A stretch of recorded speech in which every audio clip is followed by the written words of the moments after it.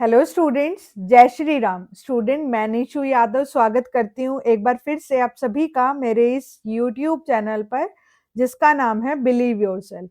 बच्चों, ये एक रिकॉर्डेड वीडियो होने वाली है और सभी स्टूडेंट्स के लिए आई है जो भी एस्टेट के लिए प्रिपेयर कर रहा है। मैंने आप लोगों की पार्ट ए की यानी आप लोगों का एस्टेट पीजीटी कॉमर्स का सिलेबस 3 भागों में बांटा गया है, पार्ट ए, पार्ट बी और पार्ट सी। मैंने कोर्सेज रन किए और काफी बच्चे मुझसे जुड़े, तहे दिल से थैंक यू। और बेटा, आप लोगों का सिलेबस पार्ट ए और पार्ट बी कंप्लीट हो चुके हैं। पार्ट सी भी रिकॉर्डेड वे में तीनों ही कंप्लीट है, लेकिन लाइव क्लास में पार्ट ए और पार्ट बी हो चुके हैं। पार्ट ए की रिवीजन वीडियो मैंने लाइव क्लास ली थी यूट्यूब के ऊपर, तो बहुत सारे बच्चों ने बहुत पसंद करी है और बहुत सारे बच्चों की ये रिक्वेस्ट थी कि मैम प्लीज पार्ट बी की जो वीडियो है रिवीजन वीडियो आप यूट्यूब पर लेकर आइए। बट बेटा कई बहुत सारे रीजंस थे जिसकी वजह से मैं नहीं लेकर आई। बट अब मैंने डिसाइड करा है क्योंकि आप लोगों का पेपर नजदीक है और मुझे अपने कोर्स वाले बच्चों का भी रिवीजन करवाना था, तो बच्चों की रिक्वेस्ट को ध्यान में रखते हुए तो किसी ने पॉजिटिव कमेंट करा, किसी ने ये बोला कि मैम क्या पार्ट ए मतलब अट्रैक्ट करने के लिए था। और सबसे पहले तो बेटा नेगेटिव वाले बच्चों को मैं ये बोलना चाहूंगी कि इस टाइम आप लोग अगर ये बोल रहे हो तो पहले मेरी काफी वीडियोस देखो, 47 videos are available in YouTube. तो आप लोग ऐसा नहीं सोच सकते हो, हालांकि वो इक्के दुक्के बच्चे हैं, नो सबकी साइकोलॉजी अलग होती है, कोई पॉजिटिव होता है कोई नेगेटिव। बट मुझसे सभी जो बच्चे जुड़े हैं वो मोस्टली पॉजिटिव है। बट फिर भी मैं नेगेटिव वालों को यही कहना चाहूंगी कि मेरा कोई ऐसा मतलब एजेंडा नहीं था, भगवान जी का दिया सब कुछ है। और इसी वजह से बच्चों ने बहुत पॉजिटिवली बोला कि मैम प्लीज आप लेकर आए, हमें भी हेल्प हो जाएगी, तब मैं ये लेकर आई हूँ। आपको किसी भी टीचर से, पेरेंट्स से, किसी से भी कोई काम करवाना है, आप प्लीज उन्हें पॉजिटिवली बोलेंगे तो वो जरूर कर देंगे। नेगेटिवली तो वो डिमोटिवेट हो जाएंगे कि जो प्रोवाइड करा है उसका कोई शुक्रिया अदा नहीं है आपका, जो नहीं किया उसके लिए आप नेगेटिव बोल रहे हो। तो प्लीज जो इक्के दुक्के बच्चे जो नेगेटिव है, प्लीज नेगेटिव वाइब से दूर रहिए। मेरे से तो आप कभी कभी मिलते होंगे, लेकिन अपनी लाइफ में बहुत ज्यादा दुखी हो जाएंगे अगर इसी वाइब्स के साथ आगे बढ़ते रहेंगे तो। ठीक है, मेरा आप लोगों के लिए यही मैसेज है। और आज की क्लास मैंने कुछ नए तरीके से शुरू करने की कोशिश की है। ठीक है, मैं आप लोगों के लिए दो लिरिक्स गा रही मतलब थोड़ा सा लिरिक्स गा के सुना रही हूँ ताकि आप लोग अपनी लाइफ को, अपनी क्लास को पॉजिटिवली स्टार्ट कर सकें। ठीक है, क्योंकि पॉजिटिव वाइब्स का बहुत ज्यादा असर होता है हमारी लाइफ में। ठीक है, अगर आप पॉजिटिवली चीजों को समझते हैं, आगे चलते हैं, बहुत सारी चीजें, बहुत सारी प्रॉब्लम्स अपने आप सोल्व हो जाती है। ये मैंने अपनी पर्सनल लाइफ में खुद ही मतलब महसूस किया है, समझा है, और तभी मैं आगे बढ़ रही हूँ। ठीक है, देखो बेटा, मन में बसा कर तेरी मूर्ति, उतारूं मैं गिरधर तेरी आरती। मन में बसा कर तेरी मूर्ति, उतारूं मैं गिरधर तेरी आरती। करुणा करो कष्ट हरो ज्ञान दो भगवन, भव में फंसी नाव मेरी तार दो भगवन। मन में बसा कर तेरी मूर्ति, उतारूं मैं गिरधर तेरी आरती। मेरी आवाज उतनी ज्यादा अच्छी तो नहीं है, बट फिर भी आप लोगों को पॉजिटिव करने के लिए मैंने आप लोगों को कुछ पॉजिटिव वाइब्स देने के लिए ये चीजें सुनाई हैं। आई होप आप लोगों के लिए आपको अच्छा लगे और आप पॉजिटिविटी से भर जाएं। चलो बेटा, शुरुआत करते हैं अपनी क्लास का। आज की क्लास है आप लोगों की एचपीएससी पीजीटी। आप लोगों के सिलेबस में पार्ट बी का जो फुल रिवीजन है वो मैं आप लोगों को देने वाली हूँ रिकॉर्डेड फॉर्म में। आई होप आप लोगों के लिए यूजफुल रहे।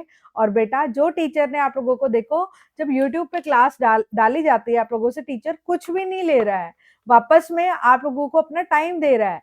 तो आप लोगों को टाइम दे रहा है कोई भी टीचर, मैं या कोई और। बी थैंकफुल बच्चों, जो उन्होंने नहीं दिया उसके लिए शिकायत करने से बेहतर है उनको एक बार थैंक यू कर दिया जाए, चाहे मैं हूं चाहे कोई और हो। अगर आप लोग मेरी वीडियोस को देख रहे हो तो थैंक यू बच्चों, बिकॉज आप लोगों का भी टाइम लग रहा है। ओके, और मैं आप लोगों से यही बोलूंगी कि चीजों को ध्यान से देखिएगा, आप लोगों को एग्जाम में जरूर हेल्प करेंगे ये चीजें, ठीक है। पार्ट बी है आप लोगों का एस्टेट का part B, right, STET PGT commerce का पार्ट बी सिलेबस के अंदर जो आप लोगों का है उसको हम रिवाइज करेंगे, रिवीजन करेंगे, ठीक है। तो अब पहला टॉपिक है आप लोगों का, ध्यान से सुनिए। चलो बच्चों, पहले ये देखते हैं कि हम आज की क्लास में क्या क्या चीजें कवर करेंगे, ठीक है। देखो बेटा, ताकि आप लोगों को क्लास स्टार्ट होने से पहले ये पता चल जाए कि हम लोग कैसे चीजों को कवर करने वाले हैं, ठीक है। देखो बेटा, आप लोगों के पार्ट बी में 12 टॉपिक आते हैं, वो कवर करने वाले हैं। लाइक आप लोगों का पहला टॉपिक है इंट्रोडक्शन टू अकाउंटिंग, ठीक है, इंट्रोडक्शन टू अकाउंटिंग। हिंदी में बोलेंगे हम लोग इस टॉपिक को लेखांकन का परिचय, ठीक है। हिंदी वालों आप लिख लेना, लेखांकन का परिचय। Second is theory base of accounting, theory base of accounting. Third topic है आप लोगों का recording of transaction first, recording of transaction first. Second is, sorry, fourth topic is recording of transaction 2. Fifth topic is BRS. Sixth topic is trial balance and rectification of error. Seventh is depreciation,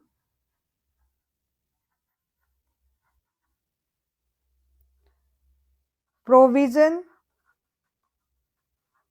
and reserve.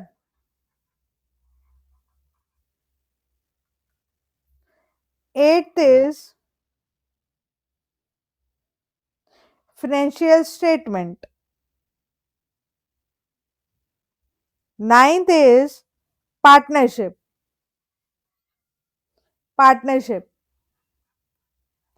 वैसे topic ये सारे हैं, लेकिन partnership में आगे 10th topic यानी partnership को ही further divide करा गया, यानी 10th टॉपिक आप लोगों का एडमिशन। फिर उसके बाद है आप लोगों का रिकंस्ट्रक्शन, यानी आप लोगों का 11th topic retirement and death, retirement and death. और 12th topic is final topic dissolution. ये है तो पार्टनरशिप के ही चैप्टर ना, और पार्टनरशिप के आपके 3 या 4 क्वेश्चन आते हैं, तो 3 या 4 नंबर के हिसाब से ही पढ़े। बहुत सारे बच्चे ये 4 चैप्टर पे 1 महीना लगा देते हैं 11th 12th का पढ़कर। 11th 12th आपका पेपर नहीं है, मैं आप लोगों को अगर याद नहीं है तो याद दिला दूं, आप लोगों ने 11th 12th पास करके आप बीकॉम एमकॉम कर चुके हैं, तो आप लोगों को 11th 12th के हिसाब से नहीं पढ़ना है।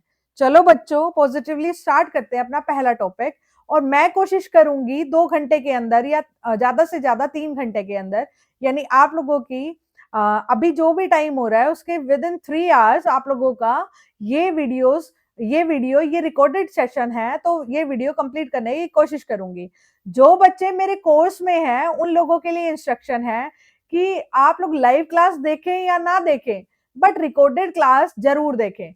और आप लोगों को रिकॉर्डेड क्लास, क्योंकि रिकॉर्डेड क्लास बहुत सारे बच्चे ऐसे हैं जो मेरे कोर्स में नहीं है, मैं उनको बता दूं, अगर अभी भी आप मेरे कोर्स की तरफ जाएंगे तो जो रिकॉर्डेड वीडियोस है वो आप लोगों को 20 या 22 मिनट या 25 मिनट से ज्यादा की नहीं मिलेगी, और उसमें बहुत स्वीट से तरीके से मैंने चीजें कवर करवाई है। अगर आज भी आप लोग 1 हफ्ते के अंदर भी अगर वीडियो को देख रहे हैं, 4 दिन के अंदर भी देख रहे हैं, तो भी आप आराम से कॉमर्स के पोर्शन के लिए मेरे कोर्स की तरफ जा सकते हैं। अब आप बोलेंगे मेरा कोर्स 4000 का था और 1500 में अवेलेबल है। अब बच्चे बोलेंगे मैम कुछ दिन के लिए प्राइस कम कर लीजिए। बेटा, मैंने कुछ दिन में भी पूरा सिलेबस आप लोगों को दे रही हूं, तो प्लीज अगर आप कुछ दिन पहले जागे तो इट्स योर मिस्टेक, मैं अपनी प्राइस में इससे ज्यादा कम नहीं करूंगी। और अगर आप लोग सोच रहे हैं कि रिवीजन वीडियो, आप लोगों के बहुत सारे बच्चे ऐसे थे जिन्होंने रिक्वेस्ट की थी मैम रिवीजन वीडियो दे दीजिए, तो रिवीजन वीडियो में मैं मोस्टली चीजें कवर करवाने की कोशिश करूंगी, लेकिन डिटेल्ड में देखने के लिए आप लोगों को रिकॉर्डेड देना ही पड़ेगा।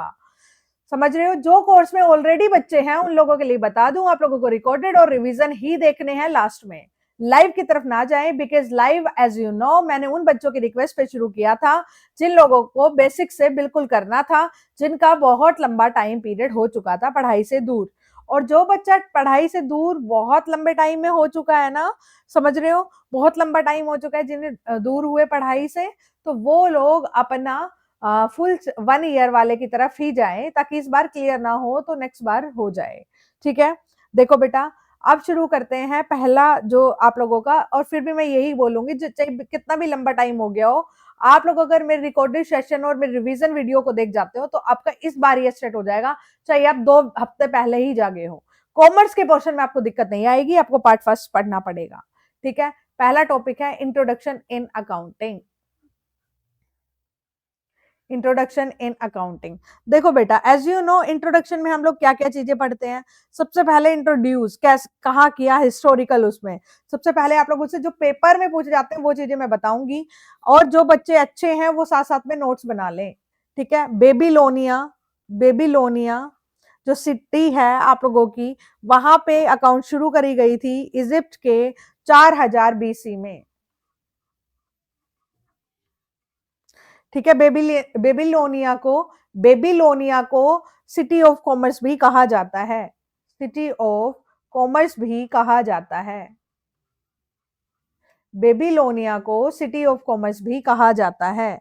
ठीक है, फिर उसके बाद है आप लोगों की ये बोलूं कि 19 सॉरी, एक सेकेंड, गलती हो गया, गलती से गलत हो गया, देखो 1494 में लुकास पिकासोली,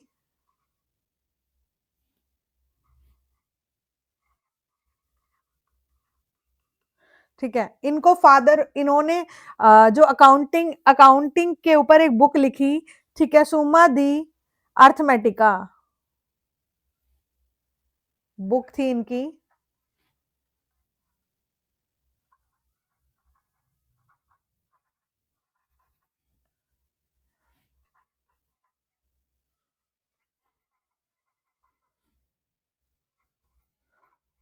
अर्थमेटिका, राइट। और इन्हीं को फादर ऑफ अकाउंटिंग कहा जाता है, फादर ऑफ अकाउंटिंग कहा जाता है। ठीक है,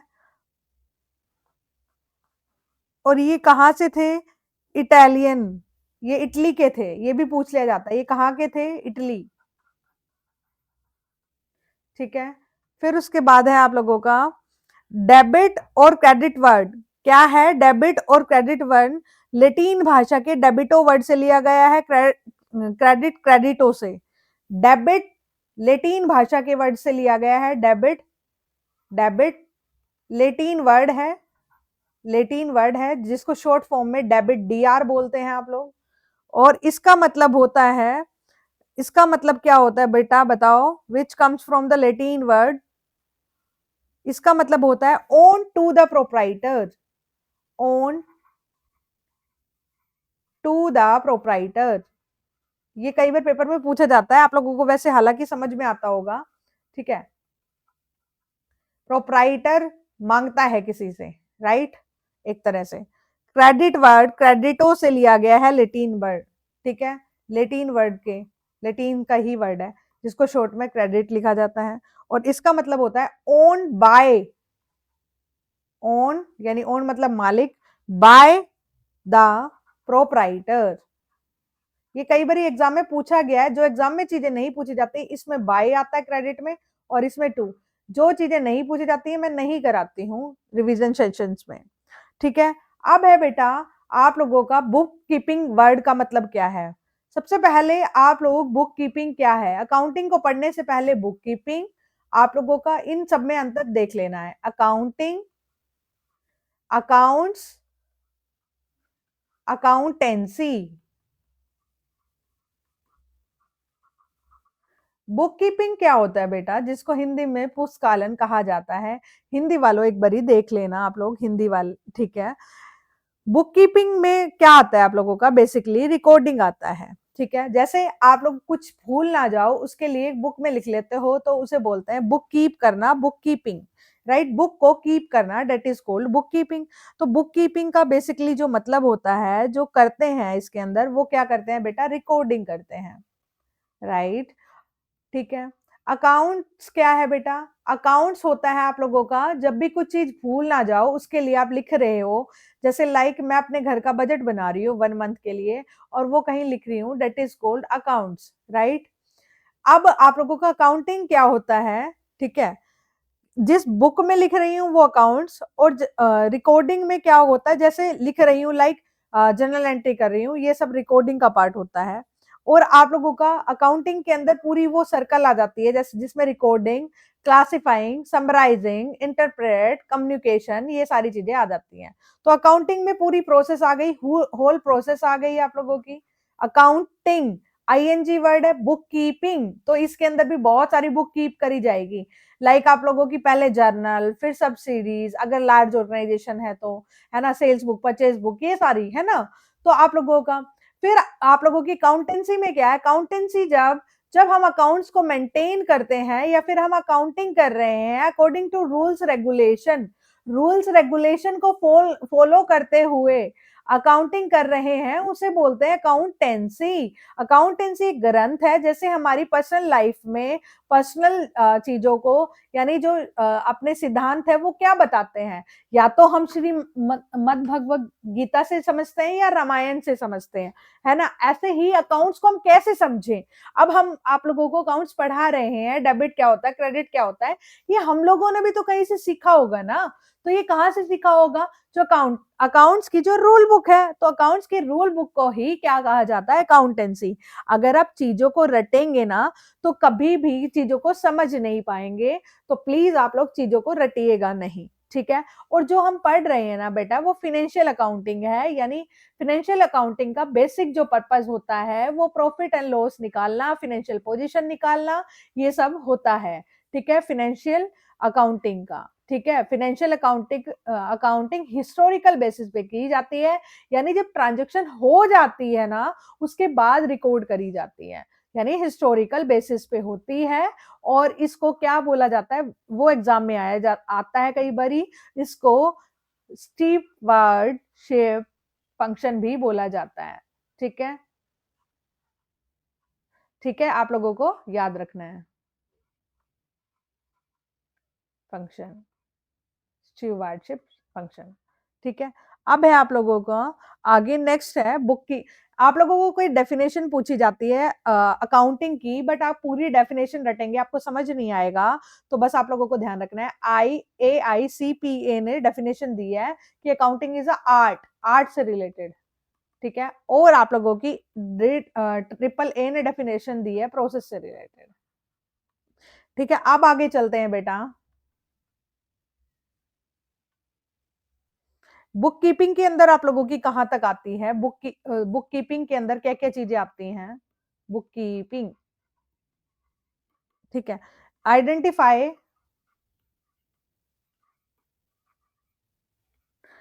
रिकॉर्डिंग और क्लासिफाइंग, यहां तक आती है, राइट। आप लोगों को इवेंट्स और ट्रांजेक्शन का अंतर पता होना चाहिए। इवेंट्स और ट्रांजेक्शन्स का मतलब पता होना चाहिए। क्या पता है, कोर्स वाले बच्चों को तो पता होगा।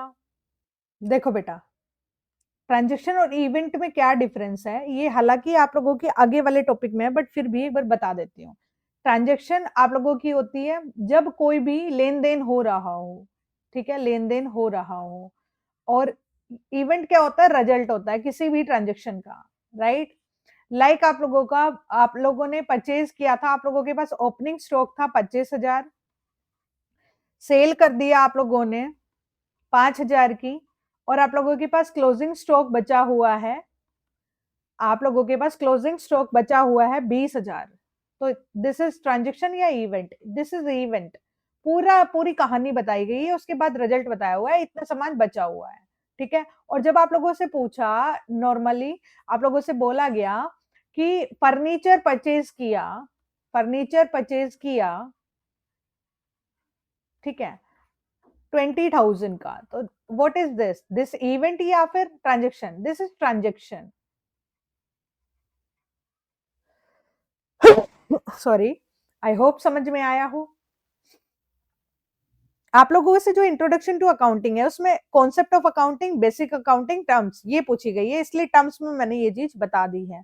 अब आप लोगों की क्या बोला है, जो पहला टॉपिक है कॉन्सेप्ट, कॉन्सेप्ट ऑफ अकाउंटिंग, तो कॉन्सेप्ट को पढ़ते हैं हम लोग कि कॉन्सेप्ट क्या क्या होते हैं, अकाउंटिंग कॉन्सेप्ट, कन्वेंशंस, ये ठीक है। अगर आप लोगों से देखो बेसिक टर्म्स में आप लोगों की ये आ जाती है, बेसिक टर्म्स में बता देती हूँ एक तरीके से कि बेसिक टर्म में क्या क्या आता है, ठीक है। देखो बेटा, जो आप लोगों की बेसिक अकाउंटिंग टर्म्स है उसमें क्या क्या आता है, बेसिक अकाउंटिंग टर्म्स, ठीक है। देखो, सबसे पहले आप लोगों का आ जाता है, कोई भी ले लो टर्म्स, तो आगे पीछे कोई भी कर सकते हैं, लाइक एसेट। एसेट क्या होता है, संपत्ति होती है, ठीक है। एसेट, एसेट का मतलब क्या है बेटा, जिसको, ऐसी एसेट जिसको, मतलब जिसको सोच के ना, मतलब आप ये सोचो कि हाँ मैं अमीर हूँ, लाइक समझ रहे हो, मैं आपको समझाने के पर्पज से कर रही हूँ अभी, ये नहीं है कि मैं बुक की लाइनें चेप कर यहाँ आप लोगों को चली जाऊं, ठीक है। जैसे मैं बोलूं कि मेरे पास जो कैश है वो मेरा है, मैं उसको कभी भी मन चाहे तब मतलब एक्सपेंसेस कर सकती हूँ, खर्च कर सकती हूँ। मेरे बैंक अकाउंट में जो पैसा है वो मेरा है, वो मेरी संपत्ति है, मैं जब चाहूं जैसे चाहूं से खर्च कर सकती हूँ। मेरे पास जो रखा गोल्ड है वो मेरी संपत्ति है, ऐसे ही करके, यानी एसेट के अंदर एक ऐसी चीज जिसके कारण आप ये बोल सकते हो कि इकोनॉमिकली स्ट्रांग हो, ठीक है, मॉनेटरी टर्म्स में आप लोग स्ट्रांग हो, ठीक है। अब हर तरीके की एसेट होती है, लाइक आप लोगों की कई तरीके की एसेट होती है, लाइक आप लोगों की टेंजेबल, इनटेंजेबल, दो भागों में बांटा गया है पहले तो, टेंजेबल और इनटेंजेबल, है ना। अगर ऐसे बांटते हैं तो टेंजेबल मतलब जो दिखाई देने वाली वस्तु है, लाइक आप लोगों की प्लांट एंड मशीनरी, ठीक है, आप लोगों का जैसे और क्या, कैश, बैंक, ये सारी, ठीक है, कैश या बैंक अकाउंट, यानी बैंक में जो पैसा है वो। इंटेंजिबल लाइक जो दिखाई नहीं देती लेकिन उसकी मॉनेटरी वैल्यू होती है। मैं बोलूं अगर मेरा जो पेन है मैं बेचने लगूं, लाइक अभी जो मैं मार्कर से जिससे लिख रही हूँ, अगर मैं वो सेल करूं तो वो ज्यादा से ज्यादा 500 या 1000 रुपए में बिक जाएगा, क्योंकि जितनी उसकी कॉस्ट है, ठीक है। अगर मैं बोलूं सचिन तेंदुलकर सर के साइन का जो पेन है वो कितने में बिकेगा, वो 1 करोड़ में भी बिक सकता है, बिकॉज उनकी गुडविल है, मेरी उतनी नहीं है, राइट। तो वही चीज है कि गुडविल जिसकी वैल्यू होती है, ठीक है, गुडविल, लाइक पेटेंट, है ना। आप लोगों का जूते 200 में भी आ जाते हैं, लेकिन एडिडास का लोगे तो 2000 मिनिमम होंगे, ठीक है। कॉपीराइट, लाइक मैंने एक बुक लिखी तो उसमें मेरा कॉपीराइट है, कोई और वैसी कंटेंट से रिलेटेड बुक नहीं लिखेगा सेम कंटेंट से, राइट, तो वो मेरा कॉपीराइट है। तो ये क्या है, मेरी इंटेंजिबल एसेट है, जो दिखाई नहीं दे रही बट एसेट है, लाइक बुक से आने वाली जो रॉयल्टी है वो दिखाई दे रही है, ठीक है, और बुक से आने वाली रॉयल्टी है, सॉरी, इंटेंजिबल है, ठीक है।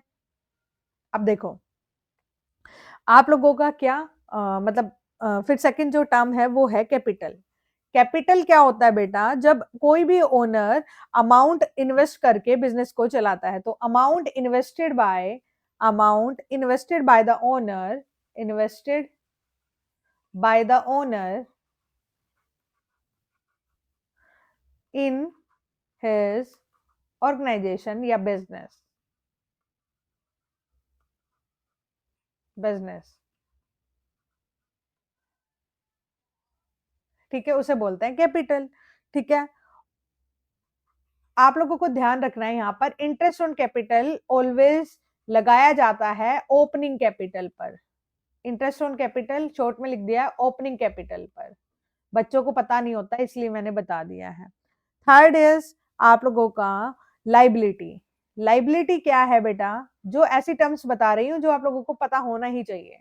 लाइबिलिटी मतलब जो ऐसी चीज, जो ऐसा खर्चा जो आप लोगों को फ्यूचर में, कुछ नियर फ्यूचर में पेमेंट करनी ही है, ठीक है। जैसे मैं बोल सकती हूँ एन एंटरप्राइज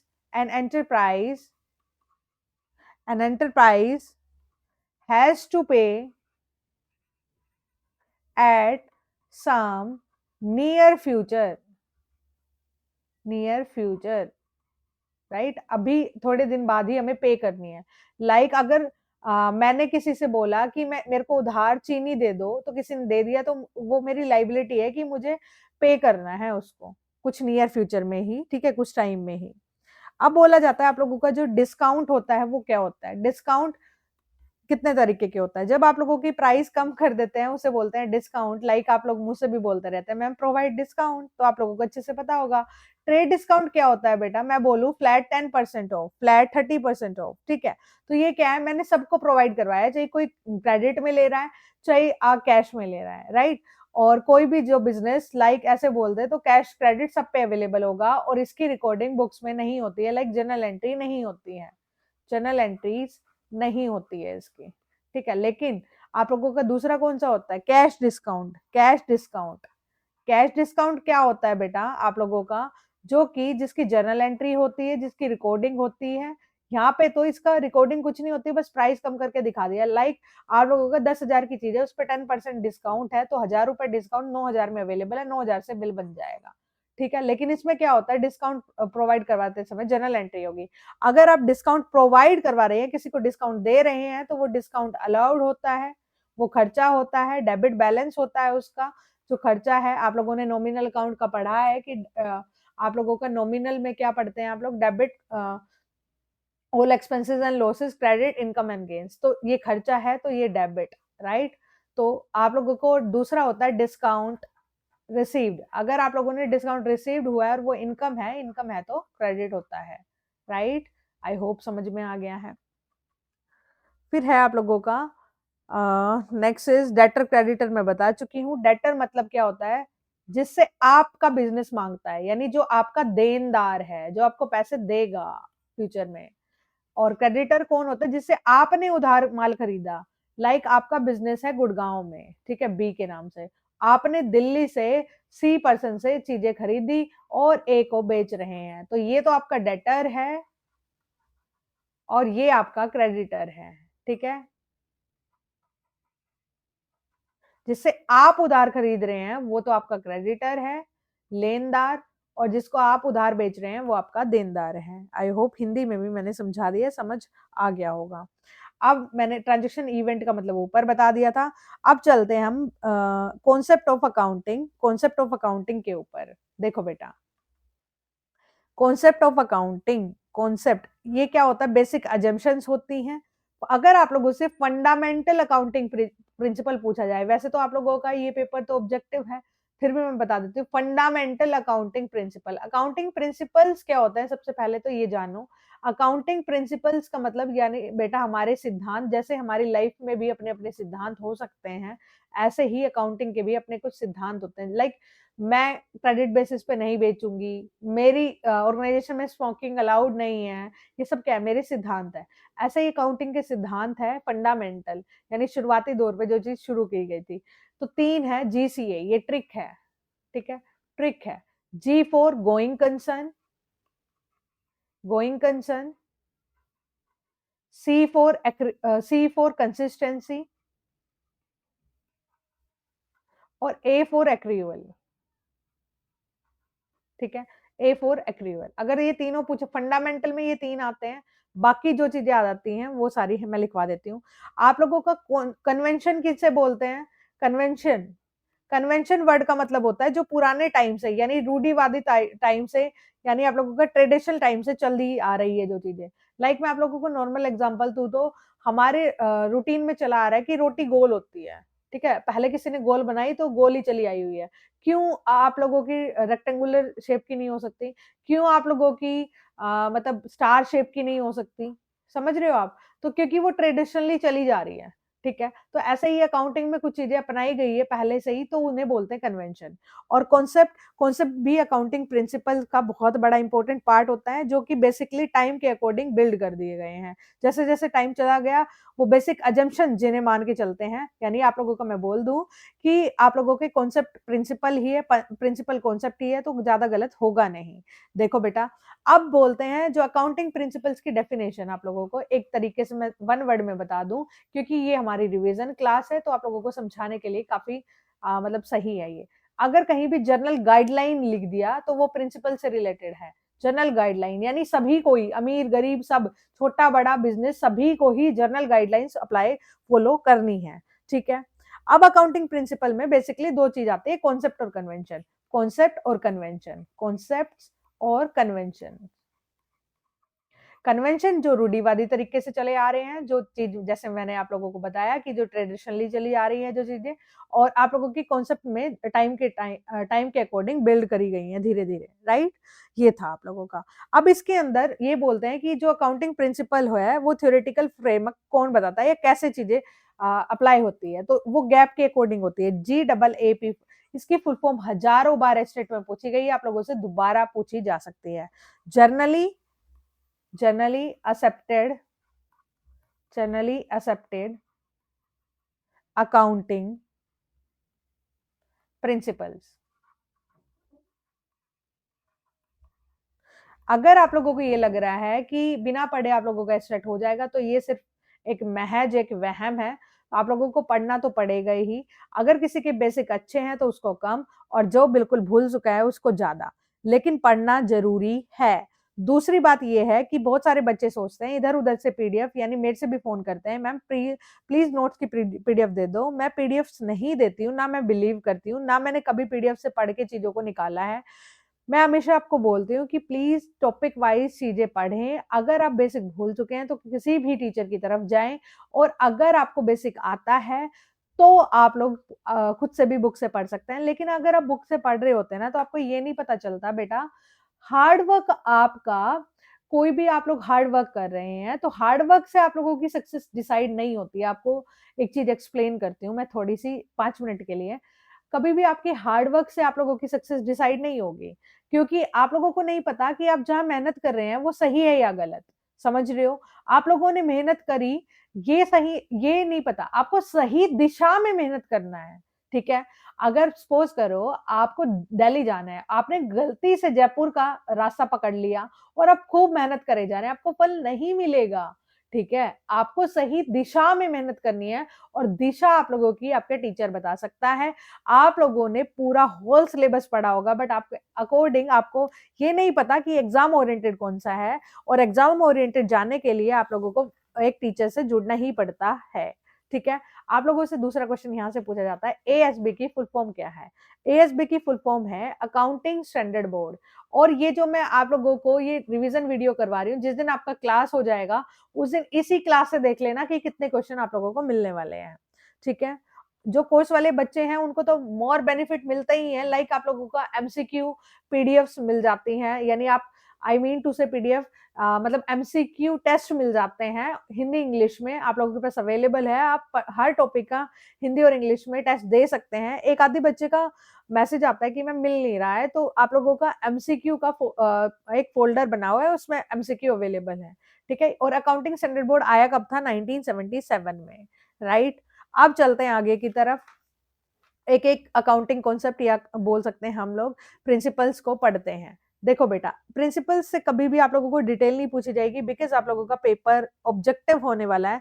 आप लोगों को सब्जेक्टिव पॉइंट ऑफ व्यू से वो चीजें एचपीएससी में करने की जरूरत होती है, यहाँ पे ये चीजें करने की जरूरत नहीं होती है। ठीक है, तो आप लोगों को क्या पढ़ना है, बस इतनी बात ध्यान रखो। देखो, सबसे पहला कॉन्सेप्ट है आप लोगों का accrual concept. Accrual concept, concept ये क्या बोलता है, जब भी ट्रांजैक्शन हुई, लिख लीजिए, जब ट्रांजैक्शन हुई, जब ट्रांजैक्शन हुई तभी रिकॉर्ड कर लो, रिकॉर्ड कर लो, चाहे कैश कैश रिसीव हुआ या नहीं, कैश रिसीव हुआ हुआ हो या नहीं। ठीक है, ये बोलता है ये कॉन्सेप्ट, लाइक आप लोगों का इसी के अकॉर्डिंग आप लोगों को मतलब ये बोला जाता है कैश रिकॉर्ड हुआ या चाहिए या नहीं, लाइक आप लोगों का आउटस्टैंडिंग, एडवांस, ये सब इसी के अंदर रिकॉर्ड किए जाते हैं। ठीक है, outstanding, advance, accrual concept example.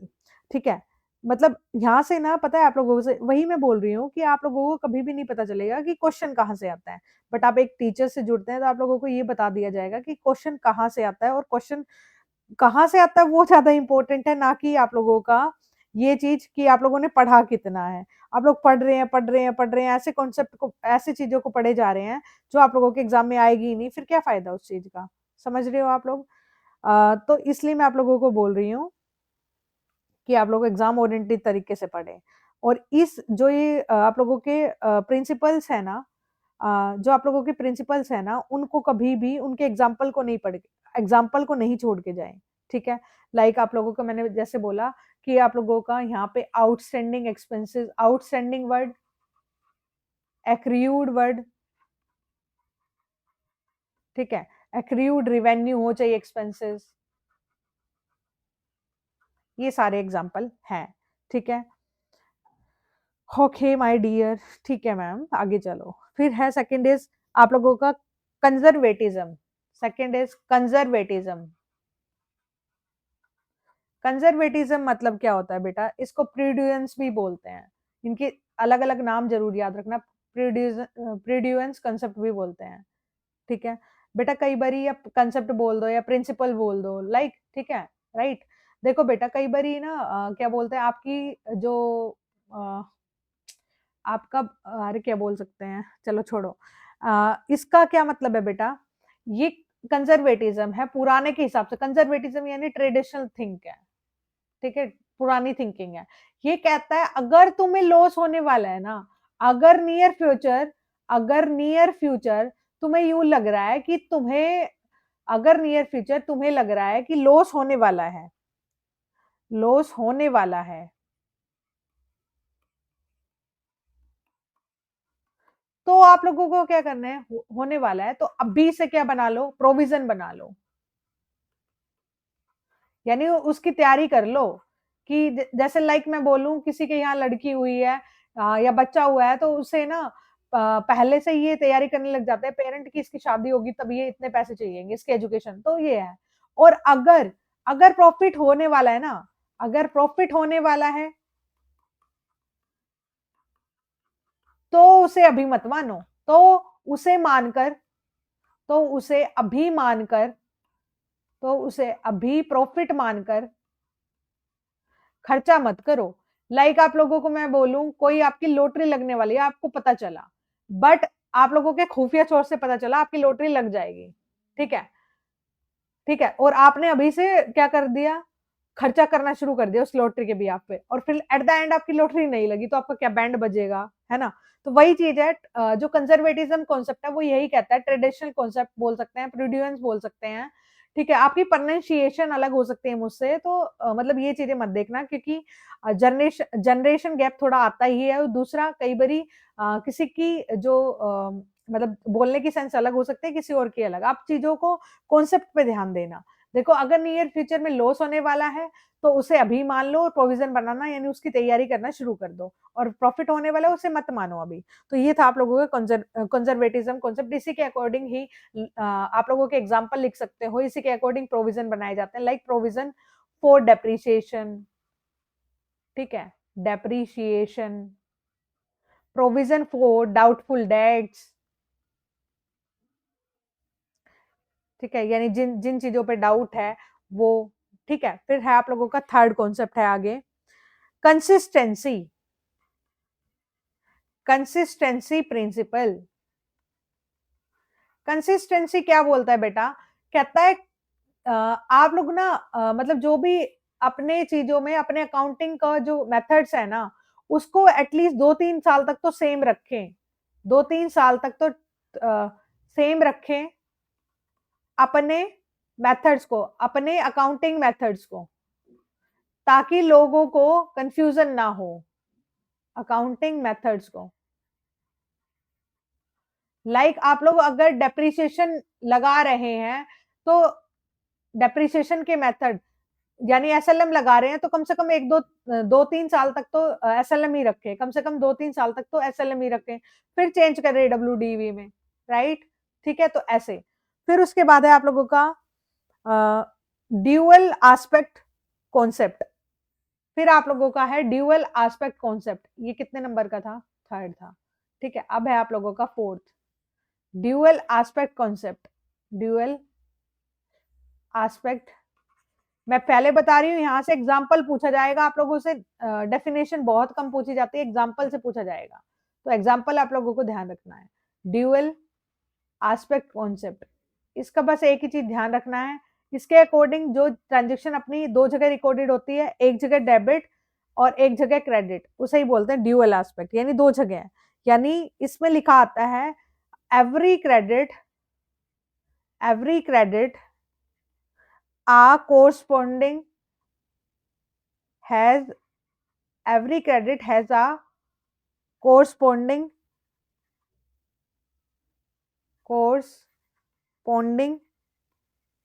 debit is made। ठीक है,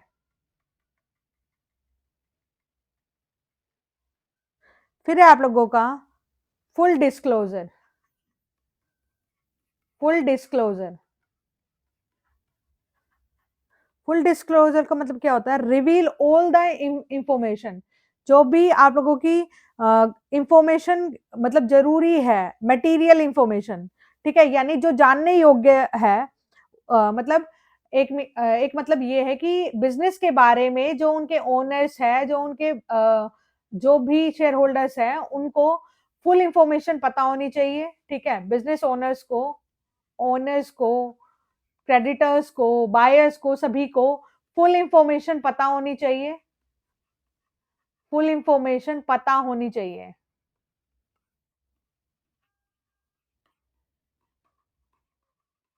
मटीरियल इंफॉर्मेशन, मटीरियल मतलब जो जानने योग्य है, जो ऐसे इंफॉर्मेशन जिससे उनके डिसीजन प्रभाव होंगे।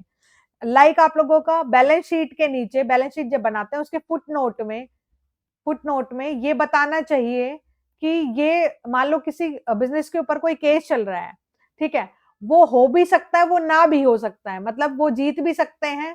ठीक है, कंटीजेंट, कंटीजेंट लाइबिलिटी या कंटीजेंट इवेंट्स, ऐसे इन्हीं को ये चीज लिखनी चाहिए बैलेंस शीट के फुटनोट के नीचे। कंटीजेंट का क्या मतलब है? जो चीज हो भी सकता है और नहीं भी, जिस पे आपको शक है। लाइक आप लोगों के बिजनेस के ऊपर किसी ने कोई केस कर रखा है माल हानि का 10 करोड़ का, आप वो जीत भी सकते हैं और हार भी, तो ये चीज आप लोगों को बैलेंस शीट के फुटनोट में दिखानी चाहिए, क्योंकि एक वैल्यूएबल इंफॉर्मेशन है यूजर्स के लिए। ठीक है, समझ में आया? अब चलते हैं आगे, money measurement concept. Money measurement concept, और ये भी बहुत जरूरी है। ठीक है, अब आगे चलते हैं, जो आप लोगों के पेपर के लिए जरूरी नहीं है वो तो मैं कराऊंगी ही नहीं, वो जैसा मैंने आप लोगों से प्रॉमिस किया है। Money measurement concept, money measurement concept आप लोगों को आता होगा। मनी मेजरमेंट कॉन्सेप्ट यानी जिस चीज को हम मनी में मेजर कर सकते हैं उसी को ही अकाउंट्स में लिखेंगे, अदरवाइज जो इमोशनल चीजें हैं उनकी बिजनेस में कोई जगह नहीं है। जैसे बहुत सारे बच्चे मुझे फोन करते हैं कि मैम मेरे पास इतना पैसा नहीं है, इतने वो चीज नहीं है कि मैं मतलब कोर्स परचेज कर सकूं, तो मैं यही बोलती हूँ कि बच्चा, जो यूट्यूब पे अवेलेबल है उसके अलावा मैं ज्यादा आप लोगों की हेल्प नहीं कर पाऊंगी, और जो बहुत ही नीडी होते हैं उनकी मैं हेल्प जरूर करती हूँ। ठीक है, रियलाइजेशन कॉन्सेप्ट आप लोगों का इतना ज्यादा इंपॉर्टेंट नहीं है, आता नहीं है। Separate entity concept, separate entity बहुत इंपॉर्टेंट है। सेपरेट एंटिटी कॉन्सेप्ट ये कहता है बिजनेस और ओनर की सेपरेट सेपरेट एंटिटी है, यानी बिजनेस ओनर से अलग है। Business and owner are separate, and owners are separate.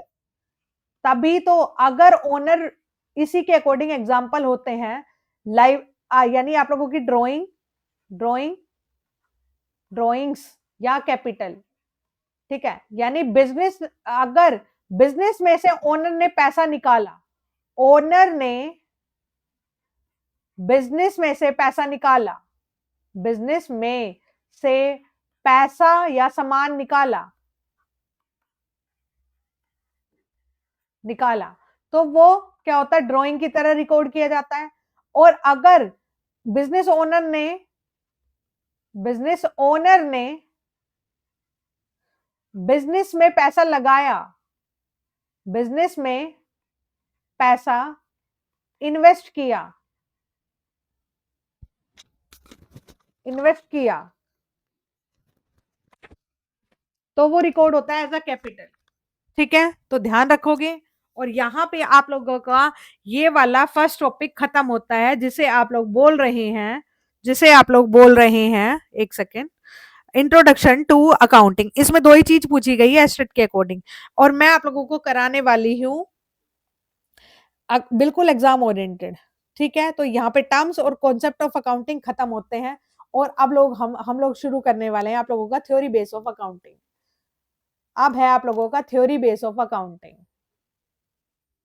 यहाँ पे पेन चेंज कर लेते हैं, theory base of accounting, theory base of accounting.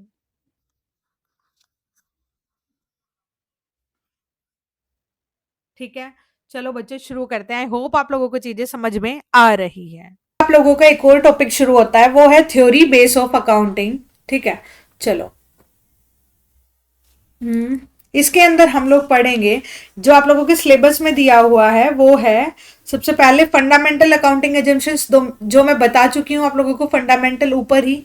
ठीक है, जीसीए यानी आप लोगों का गोइंग कंसर्न। फिर उसके बाद है आप लोगों का सी फॉर कंसिस्टेंसी, ए फॉर एक्लिवल। फिर गैप के बारे में पूछा है, जनरल एक्सेप्टेड अकाउंटिंग प्रिंसिपल बता चुकी हूँ ऊपर।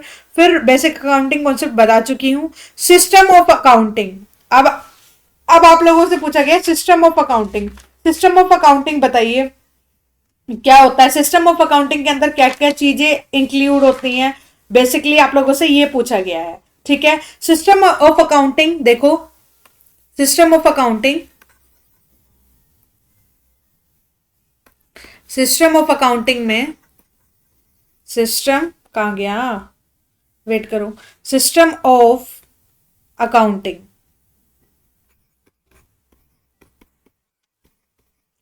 सिस्टम ऑफ अकाउंटिंग में सबसे पहला है आप लोगों का ड्यूअल एस्पेक्ट या double entry accounting, double entry system, और दूसरा है सिंगल एंट्री सिस्टम। ठीक है, दूसरा है single entry system, single entry system. बिल्कुल सिलेबस वाइज कराऊंगी, ना फालतू ना कम। ठीक है, देखो डबल एंट्री सिस्टम,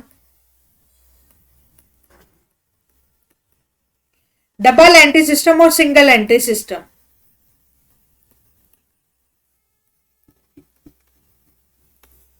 ठीक है, डबल एंट्री सिस्टम में आप लोगों का क्या आता है कि भाई दो जगह आप लोगों की चीजें रिकॉर्ड होती है, यानी ड्यूअल एस्पेक्ट जिसे बोला जाता है आप लोगों का।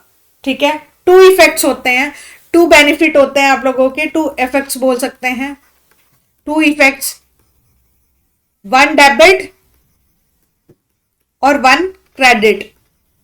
डन। फिर उसके बाद ये मोर रिलायबल है, मोर रिलायबल,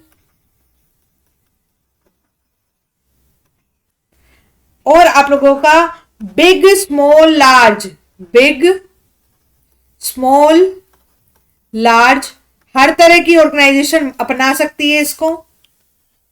ठीक है, और सिंगल एंट्री सिस्टम में क्या होता है बेटा आप लोगों का, सिंगल एंट्री सिस्टम में आप इसमें तो जो आप लोगों का डबल एंट्री सिस्टम है उसमें पर्सनल, रियल, नॉमिनल तीनों अकाउंट आते हैं, लेकिन यहां पे सिंगल एंट्री सिस्टम में दो ही चीजें रिकॉर्ड होती है, एक तो पर्सनल अकाउंट और एंड कैश बुक, यही दो चीजें बनाई जाती है, इसके अलावा कुछ और नहीं आता है। हर चीज का डेबिट क्रेडिट नहीं होता है। ठीक है, do not record two fold transaction, इसको अनसिस्टमेटिक मेथड भी कहा जाता है। इसमें सिर्फ पर्सनल अकाउंट और कैश बुक बनाया जाता है। ठीक है, ये इनकम्प्लीट भी इसी को बोला जाता है, इनकम्प्लीट रिकॉर्ड्स, जो चैप्टर पढ़ते हैं इनकम्प्लीट। ठीक है, ये स्मॉल बिजनेस के लिए सही माना जा सकता है, जैसे आप लोगों की नुक्कड़ पे जो दुकान होती है वो स्मॉल एंट्री सिस्टम को अपनाते हैं। ठीक है, मैंने आप लोगों का अकाउंटिंग जो प्रोसेस है वो पिछले चैप्टर में करवा दी है, फिर भी आप लोगों के प्रोसेस से स्टेप पूछ लिए जाते हैं, इसलिए दोबारा बता रही हूं। ठीक है, प्रोसेस ऑफ अकाउंटिंग,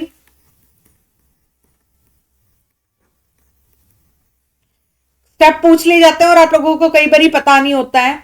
सबसे पहले identifying and measuring business transaction, फिर उसके बाद आप लोगों का, ठीक है, आइडेंटिफाइंग एंड मेजरिंग, आइडेंटिफिकेशन बोल सकती हूं मैं कि भाई कौन सी मॉनेटरी टर्म है कौन सी नहीं है। फिर उसके बाद आप लोगों का रिकॉर्डिंग, फिर बेटा क्लासिफाइंग, फिर समराइजिंग या एनालिसिस, समराइजिंग करना, समराइजिंग, फिर उसके बाद आप लोगों का आ जाता है एनालिसिस, समराइजिंग एनालिसिस एक ही चीज है, गलती से बोल दिया, समराइजिंग और आप लोगों का एनालिसिंग। फिर आप लोगों का आ जाता है इंटरप्रिटेशन, इंटरप्रिटेट कर लिया, इंटरप्रेट कर लिया आप लोगों ने, interpreting,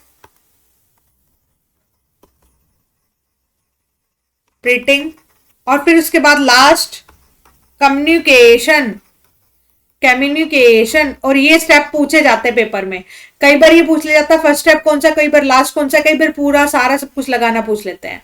recording, classifying, summarising, analysing, interpreting, communication, ये चीजें तो आप लोगों का अकाउंटिंग का पार्ट है।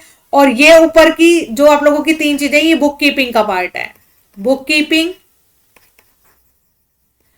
और ये है अकाउंटिंग के पार्ट है। कई बार ये ट्रांजेक्शन, ये चीजें, ये लाइन भी लिखी आती है, book keeping ends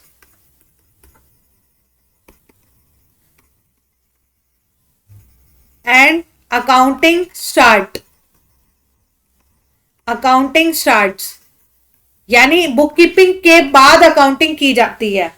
I hope exam point of view से मैंने जो चीजें बताई हैं वो आप लोगों को समझ में आ रही है। फिर उसके बाद आप लोगों को सिस्टम की बात पूछा गया, बेसिस ऑफ अकाउंटिंग, जो पेपर में पूछा जाता है मैंने वही कराया है, ठीक है, पेपर में जो पूछा जाता है वही कराया है। फिर है आप लोगों का basis of accounting, basis of accounting, दो तरीके के बेसिस होते हैं, सॉरी गलती से लग गया, बेसिस होते हैं दो तरीके के, कैश बेसिस और एक्रूअल बेसिस बेसिकली, और तीसरा इज हाइब्रिड, हाइब्रिड, हाइब्रिड आधा कैश आधा एक्रूअल वो बोलते हैं। कैश बेसिस मतलब जब कैश रिसीव होगा या फिर कैश पे करेंगे तो ही रिकॉर्ड होगा, और एक्रूअल मतलब कैश, जैसे मैंने एक्रूअल कॉन्सेप्ट बताया था, कैश से कोई मतलब नहीं है, जब अर्न कर लिया तब रिकॉर्ड कर लेंगे, कैश कभी भी रिसीव हो जाए, ठीक है, जब चीजें, जब रिवेन्यू अर्न कर लिया जाए तभी बोल देंगे, चाहे कैश रिसीव हुआ चाहे नहीं, कैश से ज्यादा मतलब है नहीं, जैसे आउटस्टैंडिंग, एक्रूअड इनकम, ये सारा। हाइब्रिड में मतलब जब आप लोगों का रिवेन्यू तो कैश बेसिस पे रिकॉर्ड हो, रिवेन्यू कैश बेसिस पे, रिवेन्यू कैश बेसिस पे रिकॉर्ड हो, और जो आप लोगों का एक्सपेंसेस है वो पहले ही रिकॉर्ड कर लिया जाए एक्रूअल बेसिस पे, तो उसे बोलते हैं हाइब्रिड। और कैश बेसिस पे जो बिजनेस ऑर्गेनाइजेशन कौन सी काम करती है, NPO, non profit organisation cash basis पे काम करती है, ठीक है, नॉन प्रॉफिट ऑर्गेनाइजेशन। और आप लोगों के जो हो गए प्रोफेशनल, जैसे लाइक डॉक्टर और ये, ठीक है, प्रोफेशंस वाले लोग, लॉयर्स, ये जो आप लोगों के जो बिजनेस रिकॉर्ड करते हैं, ट्रांजेक्शन रिकॉर्ड करते हैं, वो कैश बेसिस पे होते हैं। ये था आप लोगों का basis of accounting. Next topic है आप लोगों का जो सिलेबस में दिया हुआ है, वो है अकाउंटिंग स्टैंडर्ड्स। अकाउंटिंग स्टैंडर्ड्स, आप लोगों का अकाउंटिंग स्टैंडर्ड में जो चीजें याद रखनी है वो मैं बता देती हूं। देखो अकाउंटिंग स्टैंडर्ड्स, अकाउंटिंग स्टैंडर्ड्स बहुत तरीके के होते हैं, ठीक है, आप लोगों का अकाउंटिंग स्टैंडर्ड्स, लाइक स्टैंडर्ड सबने अपने अलग अलग बना दिए। इंडिया यानी होल ओवर पे जो होल ओवर वर्ल्ड को एज अ होल जो बनाए गए हैं वो अकाउंटिंग स्टैंडर्ड बोले जाते हैं। जो इंडिया के लिए बने हैं वो आईएएस यानी इंडियन अकाउंटिंग स्टैंडर्ड, और जो आप लोगों के इंटरनेशनली बने हैं वो international financial standard, financial reporting standard boards like IFRS. लेकिन आप लोगों से ना ईएएस पूछे जाते हैं ना आईएफआरएस पूछे जाते हैं, एस्टेट लेवल पर आप लोगों से एएस पूछे जाते हैं, यानी सीधा अकाउंटिंग स्टैंडर्ड पूछे जाते हैं जो वर्ल्ड लेवल पर बनाए गए। तो आप लोगों के सेक्शन कहां बताए गए हैं, section 1 to 9 129 of companies act 129 companies act 2013 बताता है कि अभी राइट नाउ अकाउंटिंग स्टैंडर्ड कितने हैं, 28 अकाउंटिंग स्टैंडर्ड है। 1 से 7 तक तो रेगुलर है, 1 से 7 तक रेगुलर है अकाउंटिंग स्टैंडर्ड, ठीक है। फिर आप लोगों का 9 से 29 तक है, फिर आप लोगों का 9 से 29 तक है, 10वां हटा दिया गया है, 29 तक है। और ये ऑपरेशनल है, ये सारे ऑपरेशनल है यानी काम कर रहे हैं, ठीक है। अब देखो, सॉरी छठा हटा दिया गया बेटा, 6 अकाउंटिंग स्टैंडर्ड हटा दिया गया आप लोगों का, और वो आप लोगों का मर्ज कर दिया गया है अकाउंटिंग स्टैंडर्ड 10 में। जो अकाउंटिंग स्टैंडर्ड 6 किसका था, डेप्रीशिएशन का था, डेप्रीशिएशन वो मर्ज कर दिया गया है अकाउंटिंग स्टैंडर्ड 10 में, ठीक है। अकाउंटिंग स्टैंडर्ड 10 में मर्ज कर दिया गया यानी मिला दिया गया।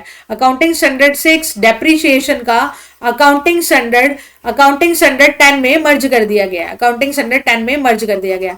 अब कोर्स वाले बच्चों को अकाउंटिंग स्टैंडर्ड बहुत अच्छे से याद होंगे क्योंकि मैंने ट्रिक वाइज वीडियो बताई हुई है। बाकी आप लोग अपनी बुक से ही अकाउंटिंग स्टैंडर्ड्स को लर्न कर ले प्लीज, ठीक है। तो लर्न करना जरूरी है क्योंकि इक्का दुक्का आप लोगों के एक आधा क्वेश्चन जरूर आता है अकाउंटिंग स्टैंडर्ड से कि कौन सा किसका है, ठीक है। तो वो है आप लोगों को याद कर लेना है, क्योंकि अगर जो बच्चे चाहते हैं अकाउंटिंग स्टैंडर्ड लर्न करना, ठीक है, तो अकाउंटिंग स्टैंडर्ड की ट्रिक की जो कोर्स वाले बच्चे हैं वो ट्रिक वीडियो बेटा क्योंकि टाइम कंज्यूमिंग होती है, तो प्लीज आप लोग एक बारी पढ़ लें। और जो हो सकता है मैंने जो पिछली साल की जो मैराथन डाली हुई है उसमें अकाउंटिंग स्टैंडर्ड की ट्रिक बताई हो या फिर ना भी बताई हो तो कोर्स वाले बच्चों के लिए, और जो मतलब आई मीन टू से जो फालतू चीजें वो मैंने नहीं करवाई है, ठीक है।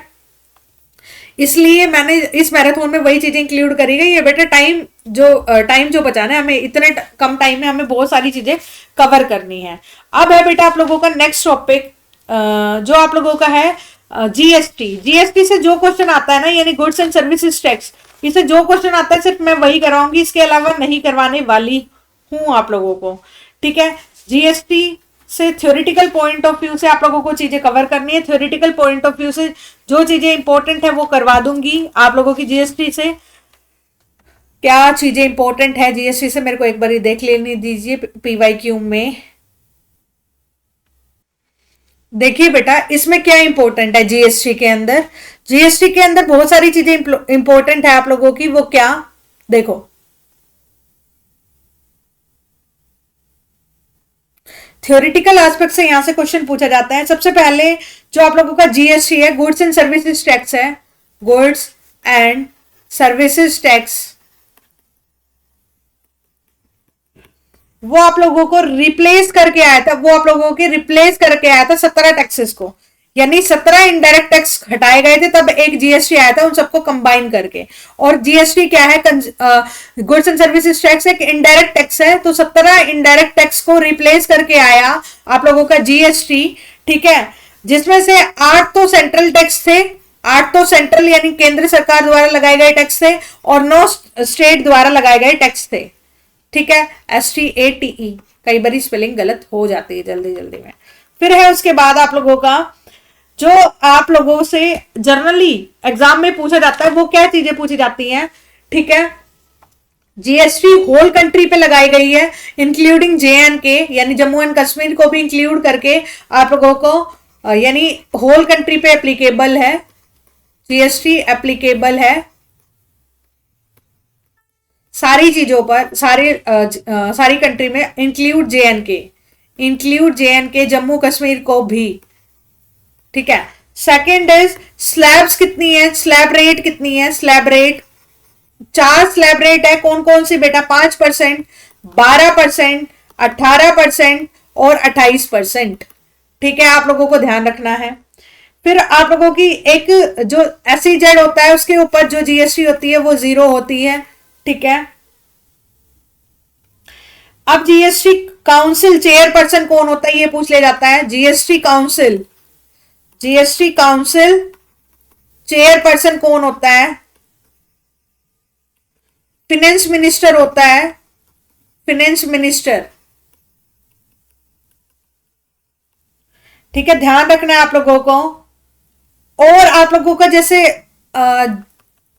एक चीज और, जीएसटीएन की फुल फॉर्म क्या है, GSTN goods and goods and services network. ठीक है, जीएसटी के लिए एक अलग पोर्टल भी है जीएसटी पे करने के लिए।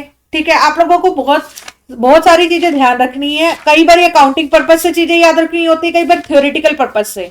ठीक है, आप लोगों का एप्लीकेबल हुआ था जो जीएसटी है वो 2017 में, ये भी डेट भी लिख लेनी है 2017 में। ठीक है, आप लोगों को ध्यान रखना है और मुझे पता है आप लोग एग्जाम पॉइंट ऑफ व्यू से ये चीजें ध्यान रखेंगे। ठीक है, अब चलते हैं आगे की तरफ। देखो एक चीज, ये डेस्टिनेशन बेस्ड टैक्स है, ये भी याद रखना है।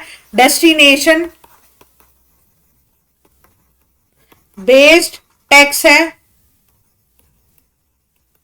ठीक है, दो तरीके से लगाया जाता है, एक इंटर स्टेट और एक intra state. Inter state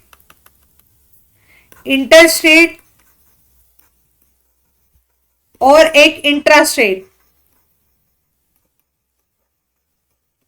inter state दो स्टेट के बीच में, जैसे जयपुर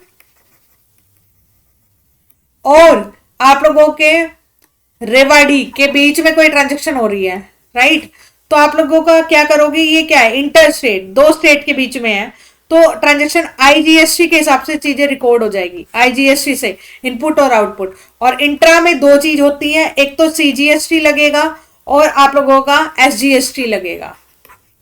ठीक है, यानी विद इन स्टेट, यानी जयपुर और आप लोगों का कौन सा होता है, जयपुर और आप लोगों का अलवर के बीच ट्रांजैक्शन हो रही है, दोनों राजस्थान में आती है, तो ट्रांजैक्शन सीजीएसटी और एसजीएसटी के हिसाब से, इनपुट आउटपुट के हिसाब से रिकॉर्ड हो जाती है। बस ध्यान रखना है ये चीज, बाकी कोई चीज ध्यान नहीं रखनी है। यहाँ पे आप लोगों का सेकंड टॉपिक खत्म होता है और स्टार्ट करते हैं आप लोगों का अगला topic, recording of transaction first. अगला topic is, next topic is recording of transaction first. यहाँ पे हालांकि आप लोगों की चीजें जो एग्जाम ओरिएंटेड है वो करवा रही हूं ताकि आप लोग भूले नहीं। रिवीजन का मतलब यही होता है कि जो एग्जाम में भूल के नहीं जाना है वो होता है रिवीजन। ठीक है, और रिवीजन जितना करेंगे उतने ही अच्छे मार्क्स आएंगे आप लोगों को।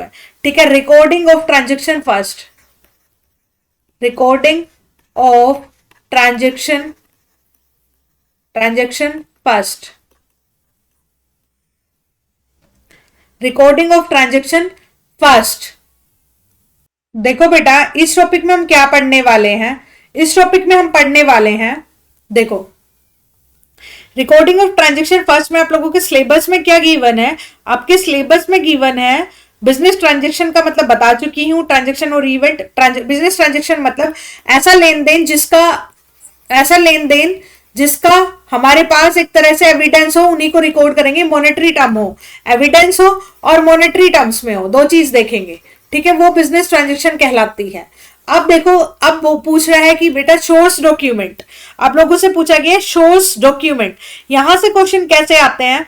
सोर्स डॉक्यूमेंट मतलब वो ट्रांजेक्शन्स को आपने एविडेंस के बेस पे रिकॉर्ड करना है। अगर आपने रिकॉर्ड कर दिया विदाउट एविडेंस के, यानी सोर्स डॉक्यूमेंट एक बोल दूं, एविडेंस ऑफ ट्रांजेक्शन, एविडेंस मतलब सबूत, एविडेंस ऑफ ट्रांजेक्शंस,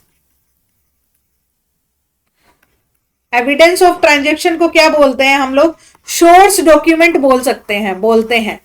ठीक है, सोर्स डॉक्यूमेंट या फिर हम वाउचर, सोर्स डॉक्यूमेंट के बेसिस पे वाउचर बनाते हैं, बस ये याद रखना, सोर्स डॉक्यूमेंट के बेसिस पर वाउचर बनाते हैं और वाउचर एविडेंस होता है ट्रांजेक्शन्स का। अब बेटा एक चीज, अगर कोई ट्रांजेक्शन कर ली हमने और जब ऑडिट होएगी, यानी आप लोगों की बुक कीपिंग, फिर उसके बाद अकाउंटिंग, फिर ऑडिटिंग होती है। ऑडिटिंग में क्या करता है, या तो सीए या इंटरनल या एक्सटर्नल। आप लोगों का ऑडिटिंग यानी जो ट्रांजेक्शन हमने करी है वो हमने सही करी है या नहीं। बेटा एक मिनट पानी पी लूं मैं।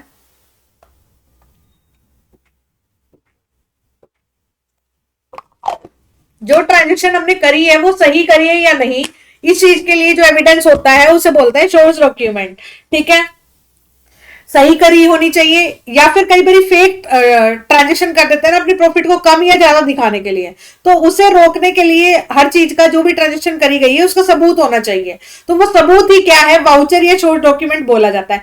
आपका क्वेश्चन कहां से आएगा वो चीज बता रही हूं, आप लोग पढ़ लेंगे बट क्वेश्चन कहां से आएगा वो नहीं पता चलेगा, वो चीज मैं बता रही हूं। देखो बेटा, ट्रांजेक्शन वाउचर के कई टाइप्स होते हैं, वहां से क्वेश्चन आएगा। वाउचर के टाइप से क्वेश्चन आएगा, वाउचर के टाइप, वाउचर टाइप से क्वेश्चन आता है आप लोगों का बेटा। एचपीएससी में भी आप लोगों के आते हैं, तो सोचो एचसेट में तो इंपॉर्टेंट है ही, ठीक है। आप लोगों का सिंपल वाउचर या ट्रांजैक्शन वाउचर बोला जाता है पहले को, ट्रांजैक्शन वाउचर या सिंपल वाउचर, सिंपल वाउचर पहला। सेकंड इज सिंपल या ट्रांजैक्शन वाउचर, सेकंड इज आप लोगों का होता है कंपाउंड वाउचर, कंपाउंड वाउचर, और थर्ड इज कॉम्प्लेक्स और जनरल, कॉम्प्लेक्स बोल लो या फिर इसी का दूसरा नाम जनरल वाउचर, इसी का दूसरा नाम जनरल वाउचर। ध्यान रखना है क्वेश्चन यहां से आता है आप लोगों का। देखो बेटा, सिंपल वाउचर में क्या, एक साइड डेबिट, एक साइड डेबिट यानी एक साइड डेबिट और दूसरी साइड क्रेडिट, एक डेबिट और एक ही क्रेडिट, उसे बोलते हैं सिंपल या ट्रांजैक्शन वाउचर। कॉम्प्लेक्स में क्या होता है बेटा, multiple debit, multiple debit, multiple debit, multiple one credit, one credit, multiple debit one credit, या तो ये हो सकता है या दूसरा वन डेबिट और मल्टीपल क्रेडिट, ठीक है। क्रेडिट साइड में मल्टीपल चीजें लिखी गई है और डेबिट साइड में वन चीजें लिखी गई है, या तो ये हो सकता है या डेबिट साइड में मल्टीपल चीज, लाइक रेंट पेड किया है तो रेंट पेड करा, इंश्योरेंस पेड करा तो आपने क्या एंट्री कर दी, rent account debit, insurance account debit, salary account debit to cash, तो मल्टीपल डेबिट हो गया ना, तो वो कंपाउंड वाउचर हो गया। और कॉम्प्लेक्स या जनरल वाउचर किसे बोलते हैं बेटा, जब आप लोगों का मल्टीपल डेबिट और मल्टीपल डेबिट और मल्टीपल क्रेडिट हो, यानी दोनों साइड ही मल्टीपल मल्टीपल अकाउंट डेबिट या क्रेडिट किए गए हैं, तो उसे बोलते हैं कॉम्प्लेक्स या general voucher.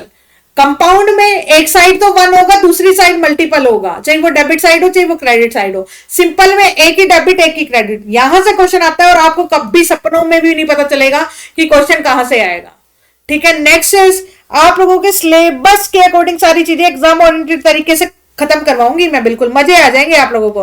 Double entry system, और प्लीज बच्चों जो भी इस वीडियो को देखो शेयर करें ज्यादा से ज्यादा ताकि मेरी भी मेहनत सफल होए, ठीक है। दूसरी बात यह है, जिनको और डिटेल में, जिनको ये लग रहा है ये तो रिवीजन सेशन है, और जिनको ये लग रहा है कि मेरे को इस बार एस्टेट क्लियर करना ही है, रिवीजन सेशन के बाद अगर आप लोग रिकॉर्डेड जो क्लास है, रिकॉर्डेड वीडियोस देख लेंगे तो मैं कह रही हूं पूरा एस्टेट 100% क्लियर होगा।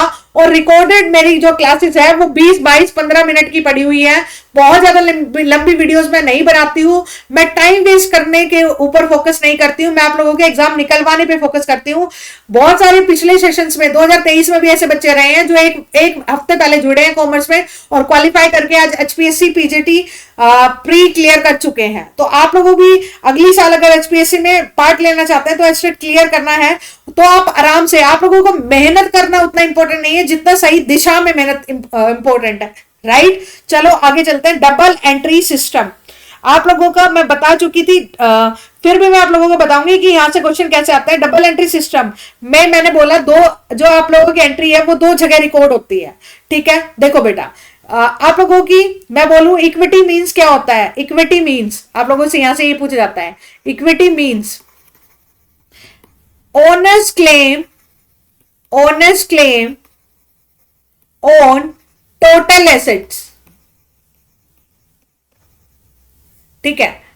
फिर आप लोगों का है नेक्स्ट इज क्रेडिटर इक्विटी,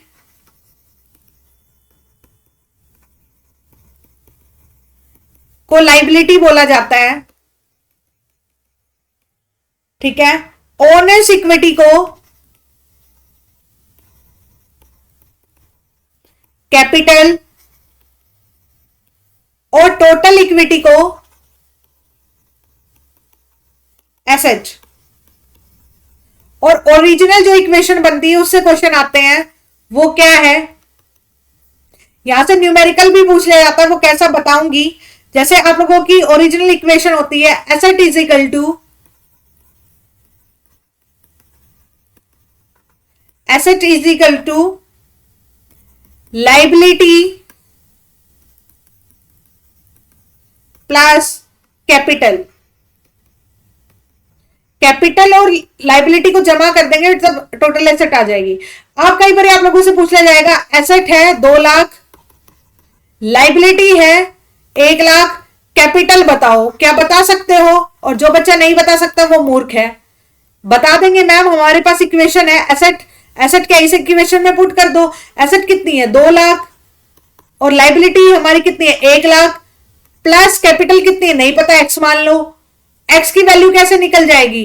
जब आप लोग क्या इस आप लोगों को इस 1 लाख को इधर ले आएंगे, ठीक है, तो 2 लाख में से 1 लाख लेस कर दिया तो कितने आ गया 1 लाख, तो एक्स की वैल्यू 1 लाख, यानी आप लोगों को कैपिटल की वैल्यू 1 लाख। और ऐसे भी देख सकते हैं एसेट और लाइबिलिटी, जो एसेट है आप लोगों की वो इक्वल क्या होती है लाइबिलिटी और कैपिटल को जमा। तो क्या जमा करें 1 लाख में कि 2 लाख आ जाए, तो 1 लाख में 1 लाख जमा करेंगे तो 2 लाख आ जाएगी। ऐसे भी कर सकते हो सीधा सीधा, राइट। अब चलते हैं आगे की तरफ, और यहां से क्वेश्चन पूछ लिया जाता है प्लीज, कई बार आप लोगों को डिराइव्ड से भी पूछ लिया जाता है, डिराइव्ड इक्वेशन से। Liabilities is equal to asset minus capital, ये भी सही है ना, और capital is equal to asset minus liability. और छोटी मोटी गलती हो जाए तो प्लीज बच्चों माफ करें, मैं जल्दी में रहती हूं यहाँ पे वीडियोस में, कोई इक्की दुक्की छोटी मोटी गलती हो जाए तो माफ करें, ठीक है। अब है आप लोगों का जर्नल एंट्री, यानी जर्नल और लेजर। जर्नल से और लेजर से क्या क्वेश्चन आते हैं वो समझ लीजिए, क्योंकि आप लोगों का जर्नल एंट्री करते समय मैंने आप लोगों को क्लासेस में बताया है कि बेटा अकाउंटिंग रिकॉर्ड का 2 तरीके होते हैं, है ना, 2 तरीके होते हैं। वो क्या क्या, एक तो मॉडर्न और एक ट्रेडिशनल। ट्रेडिशनल में 3 अकाउंट बताए थे आप लोगों को, पर्सनल, रियल, नॉमिनल। नॉमिनल में एक्सपेंसेस और इनकम से रिलेटेड सारी चीजें आएंगी, रियल में एसेट से रिलेटेड, और पर्सनल में नाम से रिलेटेड, ठीक है। पर्सनल अकाउंट 3 तरीके के हो सकते हैं, 4 तरीके के, natural, artificial, representative personal, right. आप लोगों को ऐसे याद रखना है, 3 तरीके के होते हैं, नेचुरल, पर्सनल, आर्टिफिशियल और रिप्रेजेंटेटिव। नेचुरल में जैसे जो सांस लेता है, राम, श्याम, गीता, नीशु, गीता, सीता। आर्टिफिशियल में Bata limited, Sita limited, like limited companies. फिर है आप लोगों को रिप्रेजेंटेटिव, जो रिप्रेजेंट कर रहा है, लाइक आप लोगों के आउटस्टैंडिंग, एक्यूरेट। और मॉडर्न में मैंने आप लोगों को 5 चीजें बताई थी, ठीक है। आप लोगों को कौन कौन सी चीजें बताई थी मॉडर्न में? 5 चीजें बताई थी। एसेट एक्सपेंसेस, एसेट अगर बढ़ रही है तो डेबिट, लाइबिलिटी अगर बढ़ रही है तो क्रेडिट, एक्सपेंसेस अगर बढ़ रहे हैं तो डेबिट, इनकम अगर बढ़ रही है तो क्रेडिट, है ना। और एक चीज और था यहाँ पे, 4 हो गई, इनकम हो गया, रिवेन्यू हो गया, लाइबिलिटी हो गया, कैपिटल हो गया, एक्सपेंस हो गया, एक्सपेंस हो गया, हाँ जी, इनकम हो गया, लाइबिलिटी हो गया, और कैपिटल रहता है। देखो कैपिटल, कैपिटल 5 चीजें है ना। कैपिटल अगर बढ़ती है तो क्रेडिट, ये चीजें ध्यान रखनी है। इसके उल्टा हो, अगर एसेट घट रही है तो क्रेडिट, लाइबिलिटी घट रही है तो डेबिट, एक्सपेंसेस घट रहा है तो क्रेडिट, ऐसे याद करने लेना, बाकी इसका उल्टा होता है। तो जनरल एंट्री में आप लोगों को बेसिकली क्या पूछा जाता है, देखो जनरल एंट्री में आप लोगों के बेसिकली क्या पूछा जाता है बेटा, जनरल एंट्री में चीजें पूछी जाती है आप लोगों की कि भाई अगर किसी बंदे ने यहां से पूछ लिया जाता है चैरिटी करी है, यानी दान किया है, गुड्स का, सामान का। गुड्स क्या होता है, जो सामान रीसेल पर्पज से खरीदे जाते हैं, रीसेल पर्पज से जो चीजें खरीदी जाती हैं वो उसे बोलते हैं गुड्स। चैरिटी यानी दान किया है गुड्स का, तो एंट्री क्या हो जाएगी आप लोगों के, drawings account debit, drawings account debit, क्योंकि बिजनेस से निकाला है ना।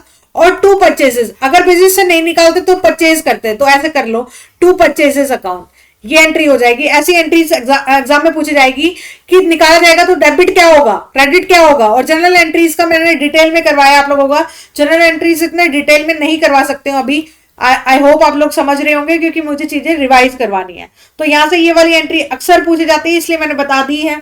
ठीक है, और आप लोगों के जर्नल एंट्री के फॉर्मेट में, आप लोगों के जर्नल एंट्री के फॉर्मेट में क्या कितने कॉलम होते हैं? कॉलम डेट, पर्टिकुलर्स, जेएफ और डेबिट और क्रेडिट, यानी 5 कॉलम होते हैं आप लोगों के। ठीक है, आप लोगों का एक चीज और बता दूं, यहां पे आप लोगों से पूछी जाएगी जो आप लोगों की बेसिक बुक होती है, बेसिक बुक या फिर original entry book. Original entry book वो क्या होती है? जर्नल होती है। जर्नल एंट्री कैसे करी जाती है? क्रोनोलॉजिकल ऑर्डर, ये भी अक्सर पूछा गया है।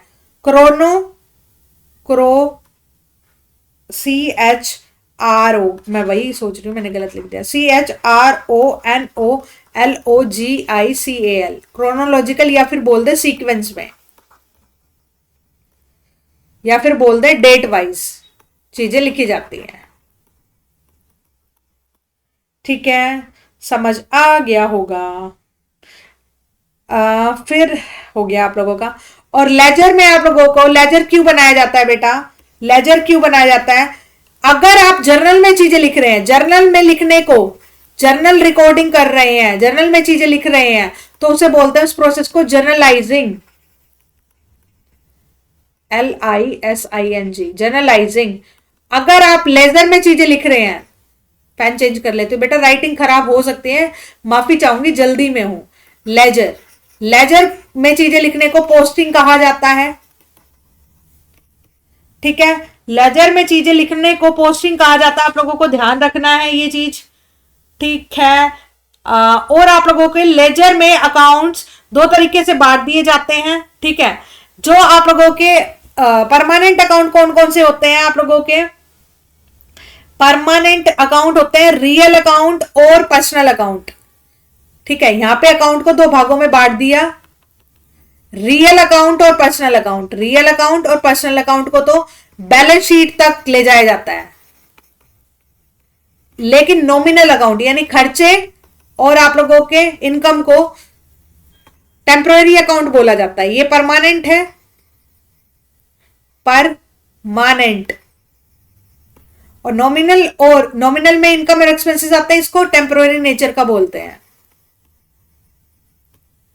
ठीक है, डन। इसको लेजर को प्रिंसिपल बुक बोला जाता है। इसमें 8 कॉलम होते हैं। ठीक है, आई होप समझ में आ रहा है चीजें, और मैंने चीजें एग्जाम पर्पज से चीजें कंप्लीट करा दी हैं। अगर एक बार लेजर पोस्टिंग करना भी बता देती हूँ, लेजर पोस्टिंग करना भी बता देती हूँ। जैसे आपने गुड्स परचेज करे कैश में, तो गुड्स परचेज करे कैश में, तो आपने क्या एंट्री होगी? गुड्स परचेज करे कैश में एंट्री क्या होगी? बताओ भाई, आप लोगों ने सोच लिया होगा। गुड्स यानी परचेजेस, क्योंकि गुड्स का नाम नहीं आता कभी भी। परचेजेस अकाउंट डेबिट, और पैसा गया टू कैश, तो कैश यानी आप लोगों की कैश बुक बना रहे हैं, यानी आप लोग लेजर कैश अकाउंट में आप लोग क्या कर रहे हैं? कैश अकाउंट में पोस्टिंग कर रहे हैं। तो पोस्टिंग कैसे करते हैं, यानी लेजर कैसे बनाते हैं? यानी ये डेबिट साइड है आप लोगों की, ये डेबिट साइड है आप लोगों की, और ये क्रेडिट साइड है। तो डेबिट साइड क्या आएगा? सबसे पहले तो डेट आएगी, फिर आप लोगों की पर्टिकुलर्स आएगा, फिर LF आएगा। ठीक है, फिर आप लोगों का क्या आएगा? अमाउंट आएगा। ओहो, रुको रुको रुको, अरे भाई क्या हो रहा है ये?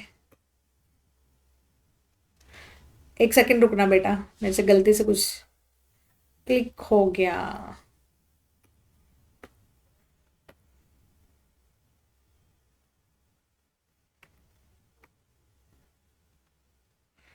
देखो, डेबिट पर्टिकुलर्स यानी डेबिट साइड, डेट, पर्टिकुलर्स, फिर आप लोगों का JF, फिर आप लोगों का अमाउंट, फिर आप लोगों का डेट, फिर पर्टिकुलर्स, फिर JF, और फिर अमाउंट। ठीक है, ऐसे आता है। तो आप लोग ये कैश अकाउंट बना रहे हैं, तो कैश अकाउंट यानी ऊपर एंट्री जो हो रखी है कैश अकाउंट, देखो तो कैश अकाउंट क्या हो रहा है, क्रेडिट, क्रेडिट हो रहा है ना इस जनरल एंट्री में, तो इसी की पोस्टिंग करनी है। तो क्रेडिट साइड जाके क्या लिख दोगे आप लोग, बाय परचेजेस, कितने रुपए से हो रही है वही रुपए लिख दोगे, मान लो 2000 से हो रही है या 2000 लिख लो। तो यानी जो अकाउंट क्रेडिट हो रहा है तो क्रेडिट साइड जाके बाय परचेजेस, उसका उल्टी साइड वाला जो ये लिखा हुआ है बाय परचेजेस लिख दिया। तो ऐसे होती है आप लोगों की लेजर पोस्टिंग। ठीक है, अब आगे चलते हैं। यहां पे ये टॉपिक आप लोगों का होता है फिनिश। और अब चलते हैं recording of transaction 2। Recording of transaction 2 ये है आप लोगों का recording of transaction 2। I hope समझ में आया आप लोगों को, समझ में आ रहा है ना बच्चों, मुझे पता है आप लोगों को समझ में आएगा। और प्लीज मेरी क्लास, मेरे सेशन, मैं आप लोगों को इतना टाइम दे रही हूं, आप लोगों के पेपर को वैल्यू कर रही हूं, प्लीज आप लोग मुझे बताएं कि आप लोगों को मेरा सेशन कैसा लगा। और अगर सच में आप मेरा थैंक यू करना चाहते हैं तो मेरी एप्लीकेशन पे जाके, जैसे ही आप प्ले स्टोर पे जाएंगे ना, चाहे आप कोर्स के स्टूडेंट हैं या यूट्यूब वाले हैं, कोई भी स्टूडेंट है, प्ले स्टोर पे जाके बिलीव योरसेल्फ, यानी मैं इस वीडियो के नीचे लिंक भी दे दूंगी, प्ले स्टोर पे जाके बिलीव योरसेल्फ के नीचे वहां पर रिव्यू करिएगा। ठीक है, एप्लीकेशन को, मेरे चैनल को रिव्यू करना ताकि और बच्चे मुझसे जुड़े, क्योंकि बेटा हमारा सफर यहाँ खत्म नहीं होता है, आगे एचपीएससी के लिए आप लोग जुड़े। एचपीएससी वाले बच्चे भी काफी मुझसे जुड़ के पूरी सिंपल अपनी अच्छी रैंक के साथ भी जॉब ले जाते हैं, तो आप लोग भी जुड़े रहिएगा। ठीक है, अगर आप लोगों को अच्छा लग रहा है सेशन, लाइक करें, शेयर करें, कमेंट जरूर करें ताकि मुझे भी अच्छा लगे आप लोगों के पॉजिटिव रिव्यू सुनकर। देखो बेटा, नेक्स्ट है transaction, recording of transaction 2। Recording of transaction 2, recording of transaction 2, recording of transaction 2 में क्या है भाई, इसमें सबसे पहले हम लोग क्या पढ़ते हैं, कैश बुक। कैश बुक में क्या है, कैश बुक, कैश से रिलेटेड जो भी ट्रांजेक्शन है वो कैश बुक में रिकॉर्ड होती है। ठीक है, कैश बुक में रिकॉर्ड होती है। इसको both journal as well as ledger बोला जाता है, both journal as well as ledger बोला जाता है। ठीक है, यहां पर जो और सभी ऑर्गेनाइजेशन के लिए यूजफुल होती है, बिग हो तो स्मॉल हो, आप लोगों की नॉन प्रॉफिट ऑर्गेनाइजेशन हो। कैश बुक से कैसा क्वेश्चन आता है वो मैं बता रही हूँ। कैश बुक में जो चीजें रिकॉर्ड करी जाती है वो किस आधार पर करी जाती है, वो सारी चीजें। कैश बुक कितने तरीके की होती है, types of cash book, types of cash book कितने तरीके की होती है बेटा आप लोगों की। Single entry, single column, sorry single column, single column cash book, double column, double column, triple column, और आप लोगों की पैटी कैश बुक। यहां से ये ऐसे क्वेश्चन आते हैं। सिंगल कॉलम में क्या होता है बेटा, आप लोगों का सिंगल कॉलम कैश बुक में क्या होता है, कैश से रिलेटेड ट्रांजेक्शन ही रिकॉर्ड की जाती है। डबल कॉलम में कैश और बैंक से रिलेटेड, और थर्ड में यानी दो कॉलम आएंगे, चाहे कैश बैंक आ जाए, चाहे कैश और डिस्काउंट आ जाए। ठीक है, ये वाले। ट्रिपल कॉलम में कैश, बैंक और डिस्काउंट, कैश, बैंक और डिस्काउंट। कई बार आप लोगों से पूछा जाता है डिस्काउंट कहां रिकॉर्ड होता है, तो आप लोगों का आंसर होता है डबल कॉलम, ट्रिपल कॉलम, ऐसे करके पूछ लिया जाता है। तो कई बार आप लोगों का बोर्ड डबल कॉलम को मानता है, कई बार ट्रिपल कॉलम को, तो ट्रिपल कॉलम लिखें आप लोग, प्लीज ट्रिपल कॉलम की तरफ जाएं। पैटी कैश बुक बेटा ऐसी कैश बुक होती है जैसे सिंपल आप लोगों के बहुत बड़े बिजनेस में छोटे छोटे खर्चे होते हैं ना, लाइक आप लोगों का रिलायंस इंडस्ट्री है, उसमें कोई अगर मेहमान आ रहा है यानी कोई बिजनेस के लिए ट्रांजेक्शन करने आ रहा है, तो आप लोगों के उनके चाय और कोल्ड ड्रिंक के खर्चे होंगे, तो क्या वो बिजनेस ओनर से, जैसे मान लो ओनर ने बोला 2 चाय ले आओ, तो क्या वो तभी के तभी पैसे देता है आपके सामने? नहीं देता है, क्योंकि वो पहले से देकर रखता है।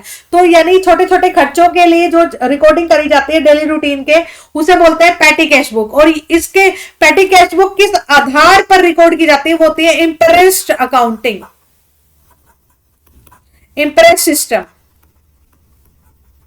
इंप्रेस सिस्टम क्या होता है, लाइक आपने अपने, जैसे मैंने सोचा, मैंने बिलीव योरसेल्फ में एक बंदा रखा हुआ है, एक पैटी कैशियर रखा हुआ है, मैंने अगर मैं चाय कॉफी खर्चा स्टेशनरी का खर्चा करती हूँ तो पेटी कैश बुक में रिकॉर्ड होगा, यानी छोटे छोटे खर्चे, लाइक एक चाय, 2 कोल्ड ड्रिंक, समझ रहे हो, एक इरेजर, एक स्टेपलर, समझ रहे हो, ये वाले खर्चे अगर बड़ी वाली कैश बुक में रखेंगे तो ये इन्हीं चीजों से चीजें भर जाएंगी, पेजेस फिल हो जाएंगे। तो इसलिए ये चीजें अलग से रिकॉर्ड की जाती है। और इंप्रेस क्यों बोला जाता है? लाइक पैटी कैशियर को मैंने दिए 50,000 रुपए कि इस महीने के जो भी खर्चे होंगे ना, वो आप छोटे छोटे खर्चे यहां से करिएगा। और पूरे बिजनेस जो पैटी कैशियर होता है उसने पूरे महीने में देखा कि 40,000 का खर्चा हुआ। मैंने पूरे महीने के बाद उनसे हिसाब लिया तो उन्होंने बोला मैम 40,000 का खर्चा हुआ। तो मैंने क्या करा, वापस से उनको जितना 50,000 दिए थे ना, तो 50,000 करने के लिए 40,000 उनको वापस दे दिए, यानी 40,000 वापस से दे दिए उनको, यानी दोबारा से उसको 40,000 दे दिए ताकि उसके पास 50,000 हो जाए। और अगली बार से फिर मतलब सिंपल जो बचे हुए पैसे मैं लेती नहीं हूं, बल्कि जो खर्च हुए हैं वो वापस दे देती हूँ ताकि उसका अमाउंट वापस 50,000 हो जाए। उसी सिस्टम को क्या होते हैं, इंप्रेस सिस्टम बोलते हैं। जैसे मैंने 20,000 खर्चे के दिए तो उसने लगाए पूरे महीने में 2,000 रुपए का खर्चा हुआ, तो मैं बोलती हूँ कितना खर्चा हुआ, उसने बोला 2,000 का, तो मैंने वापस 18,000 दे दिए उसको ताकि उसके पास अगले महीने की स्टार्टिंग में 20,000 बैलेंस बना रहे। ठीक है, समझ में आई? आई होप क्लियर है। और यहां पर आप लोगों का ये वाला टॉपिक खत्म होता है कैश बुक का। आगे चलते हैं सब्सिडी बुक, सब्सिडरीज बुक। ठीक है, सब्सिडरीज बुक देखो, सब्सिडरीज बुक क्या होते हैं बेटा? जो लार्ज ट्रांजेक्शन होते हैं, लार्ज जो बिजनेस होते हैं, लार्ज बिजनेस जो अपनी सारी की सारी ट्रांजेक्शन एक बुक में रिकॉर्ड ना कर सकते हैं, बहुत सारी ट्रांजेक्शन हो रही है, उनको अपनी हर एक चीज के लिए सेपरेट बुक बनानी पड़ेगी। कैश के लिए अलग कॉलम, कैश बुक, आप लोगों के लिए परचेज बुक, टोटल 8 बुक होती है आप लोगों को। और 8 बुकों का नाम भी पता होगा, फिर भी मैं तो बताऊंगी एक बारी आप लोगों को, ताकि आप लोगों के पेपर में क्वेश्चन गलत ना हो। वैसे हालांकि आते नहीं है आप लोगों की चीजें, पर फिर भी बताऊंगी। लाइक आप लोगों की पहली होती है, किसी किसी में वैसे टोटल 7 होती है, किसी किसी बुक में 8 लिखा होता है, 8 भी आप लोगों की कैश बुक इंक्लूड होती है। तो ठीक है, कोई कोई 7 मानता है, कोई कोई 8 मानता है, दोनों ही सही है, ऑप्शन में दोनों नहीं आएंगे। कैश बुक, फिर purchase book, purchase book, purchase book, third is sales book. बेटा राइटिंग बुक बेकार लग रही हो तो माफी चाहूंगी। Sales book. Fourth is sales return, फिर आप लोगों का है परचेज रिटर्न, फिर आप लोगों का है बिल्स रिसेबल, फिर है आप लोगों का बिल्स पेबल जिसे बीपीबीआर भी बोलते हैं, और 8वीं आप लोगों का है जर्नल प्रॉपर, जर्नल प्रॉपर। ठीक है, बता देती हूँ एक बार जल्दी जल्दी इनकी मतलब। देखो बेटा, कैश बुक में मैं बता चुकी हूँ पूरा डिटेल में। परचेज बुक में जो क्रेडिट ट्रांजेक्शन हुई है गुड्स का, गुड्स से रिलेटेड है, गुड्स का। सेल्स और परचेजेस गुड्स से रिलेटेड है, क्योंकि गुड्स अपना नाम नहीं लाता है, शर्माता है, जैसे मैंने आप लोगों को कोर्स में बताया लाइव क्लास में, ऐसा ही सेल्स या परचेज के नाम से रिकॉर्ड होता है। तो गुड्स परचेज किया गया क्रेडिट में, उधार में। अगर बाई चांस आपकी दुकान है और कोई बंदा आया और आपसे बोला एक कुरकुरे का पैकेट दे दो, दे दिया, पैसे भी दे दिए, तो क्या आप उसका नाम पूछोगे? नहीं पूछोगे। इसलिए अगर जो लिखना पड़ा तो उसी का नाम लिखोगे जिसने उधार में चीजें परचेज करी है। तो क्रेडिट ट्रांजेक्शन रिकॉर्ड होती है इन बुक्स में, याद रखना। पर अगर उधार में कुछ कुछ गुड्स परचेज किए हैं तो वो क्या होगा? परचेज बुक में जाएगा। उधार में कुछ गुड्स बेचे हैं तो उसे सेल्स बुक में। सेल्स रिटर्न, बेचा हुआ माल वापस आ गया, उधार बेचा हुआ माल वापस आ गया, सेल्स रिटर्न। परचेज रिटर्न, ठीक है, परचेज किया हुआ माल वापस कर रहे हो, परचेज रिटर्न में बीआर। किसी के बंदे के नाम पर आप लोगों ने उधार दे दिया और 2 महीने बाद पैसे देगा, उसे बिल्स रिसेबल बोलते हैं। आपने किसी से 2 महीने के बाद पैसे दोगे, उधार परचेज कर लिया, उसे बिल्स रिसेबल, समान। ठीक है, फिर उसके बाद है जर्नल प्रॉपर। जर्नल प्रॉपर में जो यहाँ 7 बुक में जो ट्रांजेक्शन नहीं आई वो 8वीं बुक में आएगी, उसे बोलते हैं जर्नल प्रॉपर। और यहीं से क्वेश्चन आता है कि जर्नल प्रॉपर में क्या क्या चीजें रिकॉर्ड की जाती है। जर्नल प्रॉपर में क्या क्या एसेट अगर आप लोगों की उधार में परचेज करी गई है वो सेल्स और परचेज में नहीं गई, वो कौन से आएगी? अगर सेल जो एसेट है वो क्रेडिट में परचेज या सेल करी गई है, वो कहाँ आएगी? जर्नल प्रॉपर में, क्रेडिट में सेल या परचेज। राइट, आप लोगों को समझ में आए इतना मैं कोशिश करूंगी। ओपनिंग एंट्री, ओपनिंग एंट्री यानी ओपनिंग स्टॉक लाइक दिस। ठीक है, एडजस्टमेंट एंट्री, जो एडजस्टमेंट एंट्री आप लोग करेंगे ये। फिर आप लोगों की रेक्टिफिकेशन एंट्री, ये सारी कहाँ आएगी? Rectification entries. ठीक है, डिस्काउंट रिसीव्ड अलाउड, डिस्काउंट और रिसीव्ड, डिस्काउंट की एंट्रीज, डिस्काउंट रिसीव्ड हुआ हो चाहे अलाउ किया गया हो। फिर आप लोगों की ट्रांसफर एंट्रीज यही आती है, और ये चीजें आप लोगों को ध्यान रखनी है। जैसे आप लोगों का लॉस बाय फायर, चैरिटी कर दिया, ये सारी एंट्रीज, यानी जो ट्रांजेक्शन, जो एंट्रीज ऊपर नहीं आई किसी भी बुक में वो यहाँ आएगी। गुड्स लॉस बाय फायर, ठीक है, फायर से हुआ है, चोरी से हुआ है, थेफ्ट से हुआ है, किसी से भी लॉस हुआ है, वो सारा यहाँ आएगा। आई होप यहाँ तक क्लियर है। सब्सिडी बुक भी मैंने कंप्लीट करवा दी है। अब आता है आप लोगों का नेक्स्ट टॉपिक जो है बीआरएस। जो बेटा मैंने टॉपिक आप लोगों के यूट्यूब पे ऑलरेडी करवाए हुए हैं, तो उसमें आप लोगों को खुद से ही कवर करना है, ये कोशिश आप लोगों को करनी है, क्योंकि बीआरएस की जो वीडियो है, जो आप लोगों की रिवीजन वीडियो, वो ऑलरेडी डली हुई है सेपरेट टॉपिक्स में। बीआरएस आप लोगों की यूट्यूब पे डली हुई है, तो आप लोगों को ढूंढ लेनी है। BRS bank reconciliation statement by assistant professor Nishu Yadav, STET BRS by assistant professor Nishu Yadav.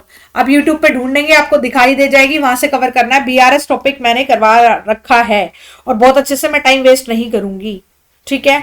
और आप लोगों का ट्रायल बैलेंस और रेक्टिफिकेशन ऑफ एरर की भी डली हुई है, रेक्टिफिकेशन ऑफ एरर की भी डली हुई है। ये भी आप ऐसे ही सर्च करोगे, ट्रायल बैलेंस और रेक्टिफिकेशन ऑफ एरर, यानी state PGT commerce trial balance और rectification of error by assistant professor Nishu Yadav, ठीक है। आपको यूट्यूब पर मिल जाएगी, दोबारा करवाने का कोई मतलब नहीं बनता है, ठीक है। फिर है आप लोगों का नेक्स्ट है depreciation and provision of reserve. ये आप लोगों का एक बार करवा देती हूँ, तो क्योंकि ये शायद नहीं है यूट्यूब पर, ठीक है। होगी तो बहुत अच्छी बात है, नहीं होगी, नहीं है तो मैं करवा देती हूँ, क्योंकि जी बेटा बताइए, ये 3 टॉपिक मैंने आप लोगों का पहले ही यूट्यूब पे करवाए हुए हैं, ठीक है। कौन कौन सा मैंने बता दिया। बीआरएस आप लोगों का रेक्टिफिकेशन ऑफ एरर की तो मैंने लाइव क्लास भी ली थी, शायद सेव नहीं है, मुझे नहीं पता है, ठीक है। तो और रेक्टिफिकेशन ऑफ एरर, जो जिन बच्चों का अकाउंट्स वीक है ना, वो अभी फिलहाल छोड़ ही दें, क्योंकि ये टॉपिक थोड़ा सा टिपिकल है। मैं इस टॉपिक को छोड़ने के लिए बोल रही हूँ, बाकी किसी के लिए नहीं बोला है। और डेप्रिसिएशन और प्रोविजन रिजर्व की भी वीडियो डली हुई है, आप लोग देख लें। Depreciation STET PGT commerce by assistant professor Nishu Yadav, depreciation वाली भी 2023 में करवाई थी, बट डेप्रिसिएशन में कुछ नया करना ही नहीं है, तो वही वीडियो की तरफ जाए। अब है आप लोगों का next topic financial statement with adjustment, ठीक है। फाइनेंशियल स्टेटमेंट विद एडजस्टमेंट, जिसमें मैं आप लोगों का मैंने वही बोला, ये रिवीजन क्लास है आप लोगों की, 2 घंटे के लगभग मैंने चीजें कंप्लीट करवाऊंगी, 2 या 2.5 से, ठीक है। तो जल्दी चीजें करवा रही हूँ ताकि एग्जाम ओरिएंटेड करवा रही हूँ, तो जो बता रही हूँ उतना कर लेना। जितनी वीडियोस जो पहले से डली हुई है वो छुड़वाई है, बस बाकी सारी चीजें कवर करवा रही हूँ मैं। डेप्रिसिएशन मैंने करवाया हुआ है, बहुत अच्छे से करवाया हुआ है। बीआरएस मैंने करवाया हुआ है, बहुत अच्छे से करवाया हुआ है। अब आप लोगों की आती है ये फाइनेंशियल स्टेटमेंट विद एडजस्टमेंट, ये नहीं करवाया हुआ है। इसका मैं बेसिक एक बारी बता देती हूँ, बेसिक रिवीजन, क्योंकि इसकी क्लास मैंने अपने बच्चों को बहुत अच्छे से ली है, बहुत अच्छे से करवाया है, और पूरा आप लोगों से प्रैक्टिस भी करवाई है, ठीक है। देखो बेटा, फाइनेंशियल स्टेटमेंट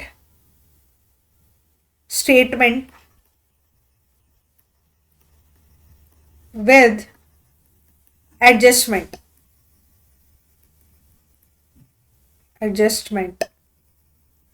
सबसे पहले तो फाइनेंशियल स्टेटमेंट में आप लोगों का जो प्रॉफिट एंड लॉस है वो बताता है प्रॉफिटेबिलिटी। ये क्वेश्चन भी रखा मिलेगा आप लोगों को। और बैलेंस शीट बताती है, बैलेंस शीट, मैं बैलेंस शीट को शॉर्ट में लिख देती हूं, फिर भी बैलेंस शीट क्या बताती है, फाइनेंशियल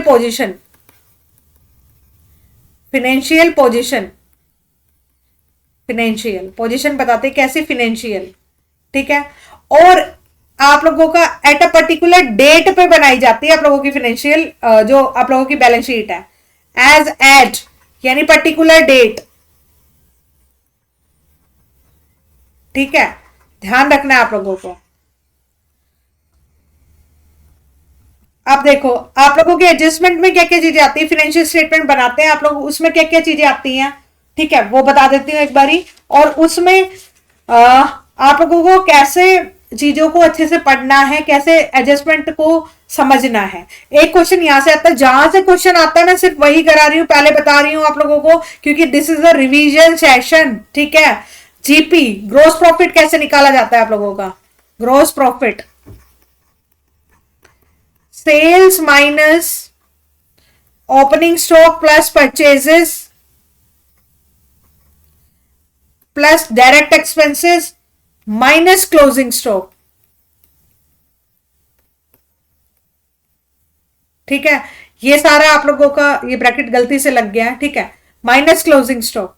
फिर आप लोगों का ऑपरेटिंग प्रॉफिट कैसे निकाला जाता है? ऑपरेटिंग प्रॉफिट यानी इसके जो ट्रिक होता है वो गोन होता है। पहले आप लोगों को ग्रॉस प्रॉफिट, फिर ऑपरेटिंग, फिर आप लोगों का क्या होता है? एनपी यानी नेट प्रॉफिट। ऑपरेटिंग प्रॉफिट कैसे निकाला जाता है बेटा? ये पहला, ये दूसरा। ऑपरेटिंग प्रॉफिट जीपी में से, ग्रॉस प्रॉफिट में से लेस कर देते हो ऑपरेटिंग एक्सपेंसेस। और नेट प्रॉफिट कैसे निकाला जाता है बेटा? नेट प्रॉफिट बताओ आप लोग कैसे निकालते हो? हमेशा आप लोगों को याद रखना है कि ऑपरेटिंग प्रॉफिट कैसे निकालते हैं? Gross profit minus operating expenses, ठीक है। और नेट जो आप लोगों का नेट प्रॉफिट होता है वो कैसे निकाला जाता है बताओ मुझे। Ma'am this is a recorded session, कैसे बताएं हम आपको, है ना? तो ये होता है आप लोगों का, या फिर आप लोग बोल दूं मैं कि ऑपरेटिंग प्रॉफिट से नेट प्रॉफिट कैसे निकालते हैं, ठीक है। आप लोगों से पेपर में जो पूछा जाता है वो देख लो। पेपर देखो, नेट प्रॉफिट निकाला जाएगा operating profit plus operating profit plus non operating income minus non operating expenses. लेकिन आपसे ये सीधा नहीं पूछा जाएगा, ठीक है। आपसे ये नहीं पूछा जाएगा, आपसे पूछा जाएगा पेपर में क्या पूछा जाएगा। देखो पेपर में क्या पूछा जाएगा, सीधा नहीं पूछा जाएगा। यानी जो आप लोगों की ट्रिक होती है GON, gross profit, operating profit, net profit. Net profit निकाल रहे हैं जब ऑपरेटिंग प्रॉफिट से निकाल रहे हैं, आपसे पेपर में पूछा जाएगा ऑपरेटिंग प्रॉफिट निकाल रहे हैं, जो इक्वल के इधर है यानी जो बराबर के इधर है वो निकाल रहे हैं ऑब्वियसली, है ना? इतना तो समझ आता होगा। अब इधर लिखा हुआ नेट प्रॉफिट, नेट प्रॉफिट में क्या जमा करें? नेट प्रॉफिट प्लस, अब बेटा यहां ये हमारा जो बेसिक आइडिया होता है वो ये होता है कि नेट प्रॉफिट निकाल रहे होते हैं ऑपरेटिंग से। अब जब इक्वल के इधर वाला दिया हुआ है और ये निकालना है तो ये जो साइन है वो चेंज हो जाएंगे। तो यहीं पे एग्जामिनर आपको घुमा देता है और आप लोग सीधे साइन वाले को सही कराते हैं।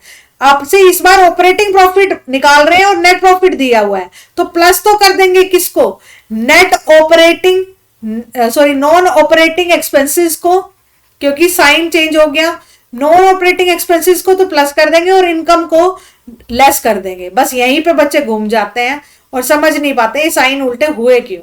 यहाँ पे इनकम को लेस करते हैं और एक्सपेंसेस को ऐड करते हैं। क्यों? क्योंकि आप लोग नेट प्रॉफिट निकालते हैं ऑपरेटिंग प्रॉफिट के थ्रू, और यहाँ पे आपको ऑपरेटिंग प्रॉफिट पूछा हुआ है नेट प्रॉफिट के थ्रू।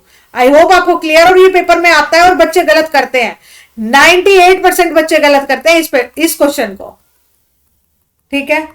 अब चलते हैं एडजस्टमेंट की तरफ, जहां से पेपर में चीजें आती हैं वही चीजें मैं बता रही हूं। इसके अलावा आप लोगों को कुछ भी चीजें पढ़ने की जरूरत नहीं है, ठीक है, अगर आप विश्वास करते हैं तो, ठीक है। अब है आप लोगों का नेक्स्ट, कई बार आप लोगों से पूछ लिया जाता है मार्शलिंग वर्ड का क्या मतलब होता है। मार्शलिंग, तो मार्शलिंग वर्ड का मतलब होता है सही ऑर्डर में चीजें। और आप लोगों से पूछा जाए ग्रुपिंग क्या होता है। ग्रुपिंग, तो ग्रुपिंग का होता है डिफरेंट हेड के अकॉर्डिंग, डिफरेंट हेड्स के अकॉर्डिंग। बस ये आप लोगों को अभी समझ में ना भी आए तो भी चलेगा, बस आपको ये जो मतलब कीवर्ड्स है ना अकॉर्डिंग टू पॉइंट्स, तो आप लोगों को बस ये समझ लेना, आपको पेपर में क्वेश्चन हो जाएगा, इतना मैं आप लोगों को विश्वास के साथ कह रही हूं। अगर आप मेरे रिकॉर्डेड सेशंस और मेरे रिवीजन सेशन ले जाते हैं, रिकॉर्डेड सेशन मेरी वीडियोस अवेलेबल है आप लोगों को, रिकॉर्डेड सेशंस अवेलेबल है आप लोगों को अभी रिकॉर्डेड जो सेशंस है वो अवेलेबल है, यानी रिकॉर्डेड वीडियोस अवेलेबल है आप लोगों को। 20 वीडियोस हैं, 20-22 वीडियोस, और आप लोगों को 20-20 मिनट की है, 15-20 मिनट की, बहुत लंबी वीडियो है ही नहीं, तो देखेंगे कहां से। तो बहुत सारे, अगर आप सारे बच्चे रिकॉर्डेड सेशंस को, मेरे रिकॉर्डेड सेशंस को जो कि एप्लीकेशन पर अवेलेबल है, रिकॉर्डेड सेशंस और प्लस रिवीजन वीडियो देख जाते हैं। रिवीजन वीडियो जो कि आप लोगों की, एक तो मैंने पहले अपलोड कर दी थी, एक ये आज हो जाएगी पार्ट बी की, और एक और आएगी पार्ट सी की।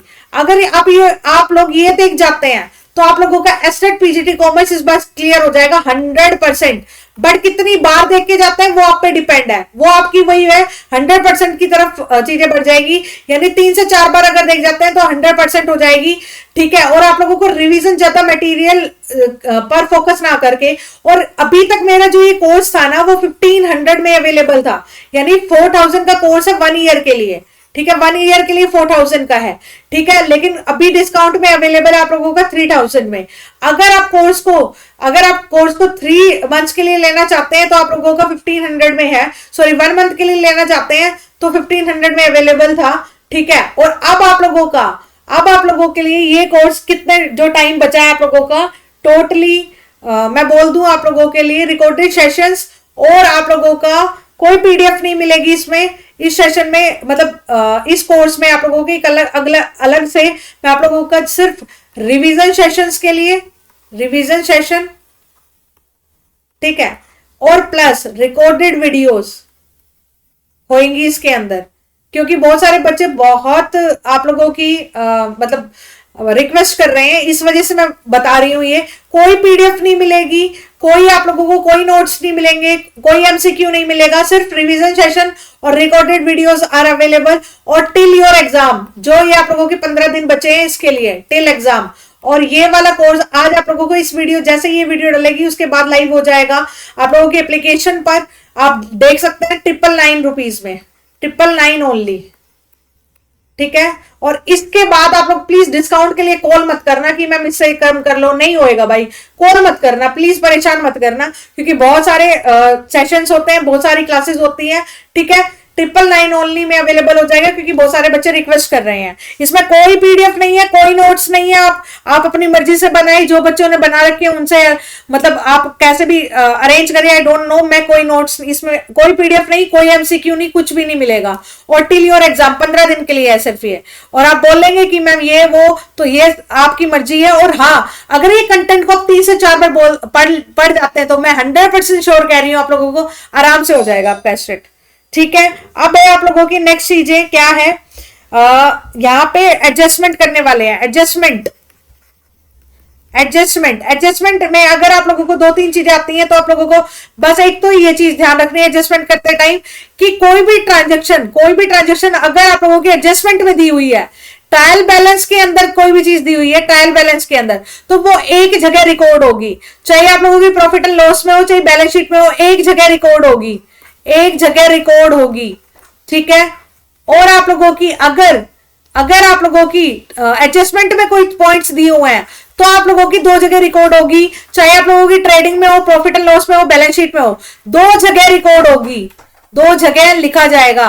पहला बेसिक रूल ये है, अगर ट्रायल बैलेंस में गिवन है एक जगह रिकॉर्ड होगी, चाहे प्रॉफिट एंड लॉस में हो, चाहे ट्रेडिंग में हो, चाहे बैलेंस शीट में हो। अगर एडजस्टमेंट में चीज है तो 2 जगह रिकॉर्ड होगी, चाहे प्रॉफिट एंड लॉस, ट्रेडिंग या balance sheet. Is it clear? आप लोगों से पूछा जाता है, लाइक आप लोगों का एडजस्टमेंट में गिवन है, क्या क्लोजिंग स्टॉक एडजस्टमेंट में गिवन है, तो यानी मैंने क्या रूल बताया, 2 जगह रिकॉर्ड होगी। 2 जगह कहा क्लोजिंग स्टॉक, एक तो आपके ट्रेडिंग के क्रेडिट साइड आएगा और दूसरी आप लोगों के एसेट, क्योंकि स्टॉक है तो एसेट साइड आएगा बैलेंस शीट में। आई होप क्लियर है। सेकंड है आप लोगों का, दूसरी एडजस्टमेंट क्या है आप लोगों का, आउटस्टैंडिंग एक्सपेंसेस एडजस्टमेंट में गिवन है। ठीक है, एडजस्टमेंट में गिवन है तो कहां रिकॉर्ड होगी, अगर ये आप लोगों का ट्रायल बैलेंस में गिवन है, अगर टीबी में गिवन है, ये ट्रायल बैलेंस में गिवन है तो सिर्फ एसेट आएगा, तो सिर्फ एसेट साइड आएगा। ठीक है, समझ में आया? ऐसे ही आप लोगों का आउटस्टैंडिंग एक्सपेंसेस पूछा जाए, अगर एडजस्टमेंट में गिवन है 2 जगह आएगा, प्रॉफिट एंड लॉस में संबंधित खर्चे में ऐड कर दिया जाएगा, ऐड, और लाइबिलिटी साइड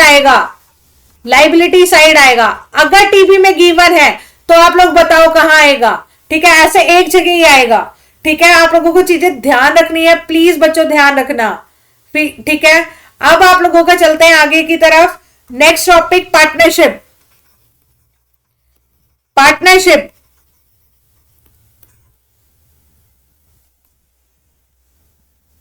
देखो बच्चों, पार्टनरशिप की जो थ्योरीज है आप लोगों के, क्योंकि आप लोगों को जो बीएससी है उसके अंदर भी पढ़ते हैं ना, पार्टनरशिप की थ्योरी बहुत ज्यादा पढ़ते हैं। और पार्टनरशिप की लाइक पार्टनर कितने types of partner, partnership act कब आया, मिनिमम मैक्सिमम यानी थ्योरी, पार्टनरशिप डीड में क्या क्या आएगा, क्या क्या नहीं आएगा, वो चीजें आप लोग वहां से कवर करेंगे। पार्टनरशिप एक्ट आप लोगों का 1932 है। जो अकाउंटिंग पॉइंट ऑफ व्यू से मैंने चीजें करवाई है, जो कोर्स वाले बच्चे मैं बोल दूं बेटा, आप लोगों के लिए एक और वीडियो जो पार्टनरशिप की, जो एचपीएससी में मैंने रिवीजन सेशन में दिया था, तो पार्टनरशिप की एक और वीडियो डालूंगी, उसको आप रिकॉर्डेड वे में जो चीज है, लाइक आप लोगों के जो टॉपिक लाइव क्लास से छूट गए थे वो मैं डाल दूंगी, आप लोग वहां से कर लीजिएगा, ठीक है।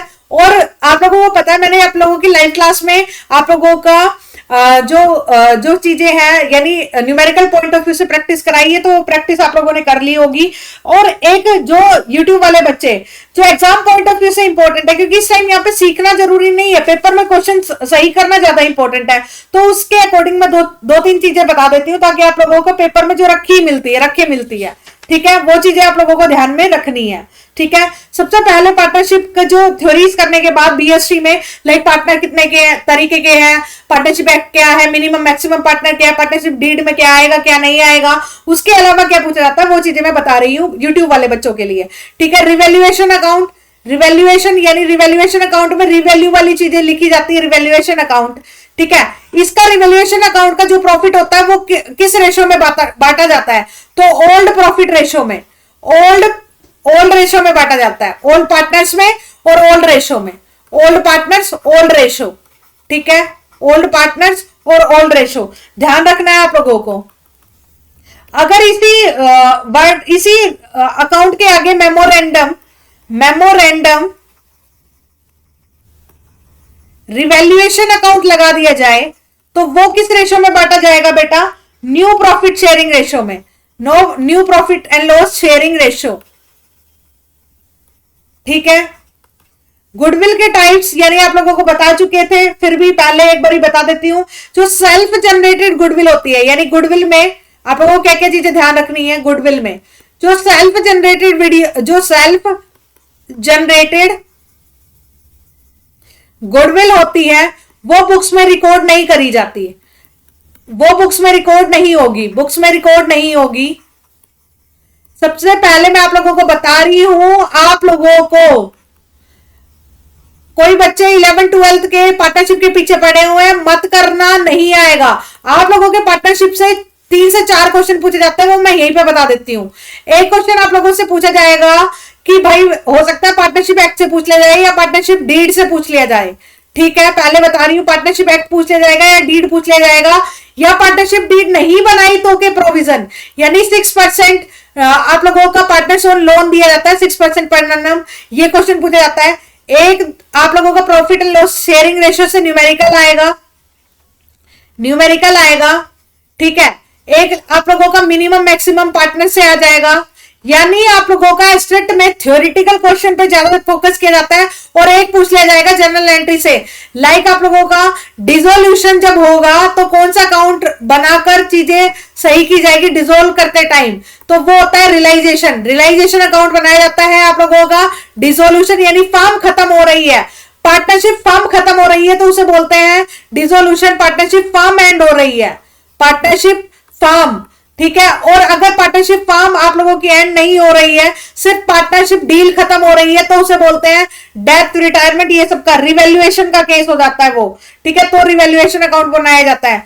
गार्नर वर्सेस मुरे का केस पूछा जाता है, गार्नर वर्सेस मुरे एक केस हुआ था, यानी आप लोगों का गार्नर वर्सेस मुरे का केस हुआ था, उसका रिजल्ट क्या रहा था ये पूछा जाता है। ये बेटा इसमें बोला था कि प्रॉफिट एंड जो वो है वो कैपिटल रेशो में बांटेंगे, ठीक है, कैपिटल रेशो में। ये कई बार पूछा जाता है। आप लोगों को एक ट्रिक बताई थी सोंग, जिससे फॉर्मूले याद हो जाएंगे। सैक्रिफाइसिंग रेशो कैसे निकल जाएगा, ओल्ड माइनस न्यू, और गेनिंग कैसे निकल जाएगा, न्यू माइनस ओल्ड, इस फॉर्मूले से याद कर लेना, ठीक है।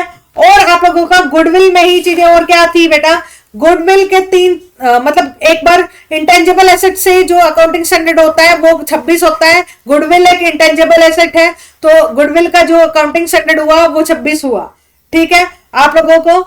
और जो एक चीज बता दूं, इंस्टीट्यूशनल गुडविल वो होती है बेस्ट होती है, गुडविल तीन तरीके की बताई गई है जो एस्टेट कई बार पूछ लेता है क्वेश्चन, ठीक है। पहली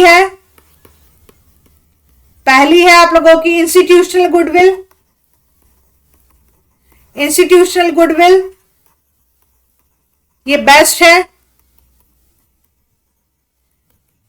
कैट, वो सॉरी, हाँ इसे बोलते हैं कैट, कैट, ठीक है।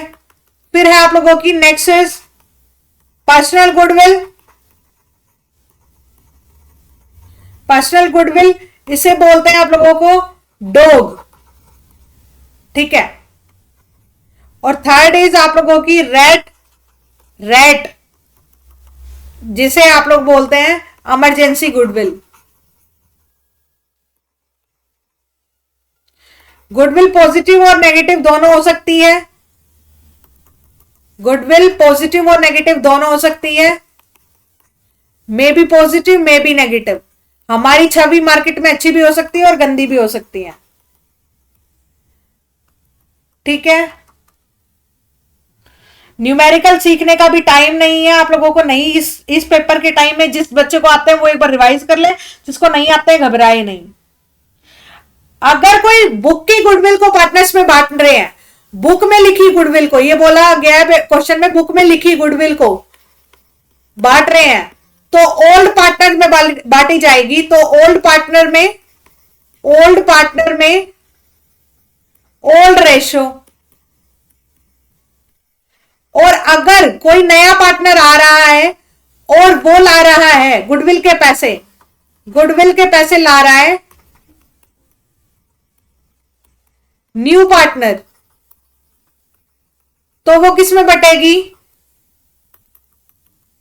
किसमें बटेगी? ओल्ड पार्टनर्स में,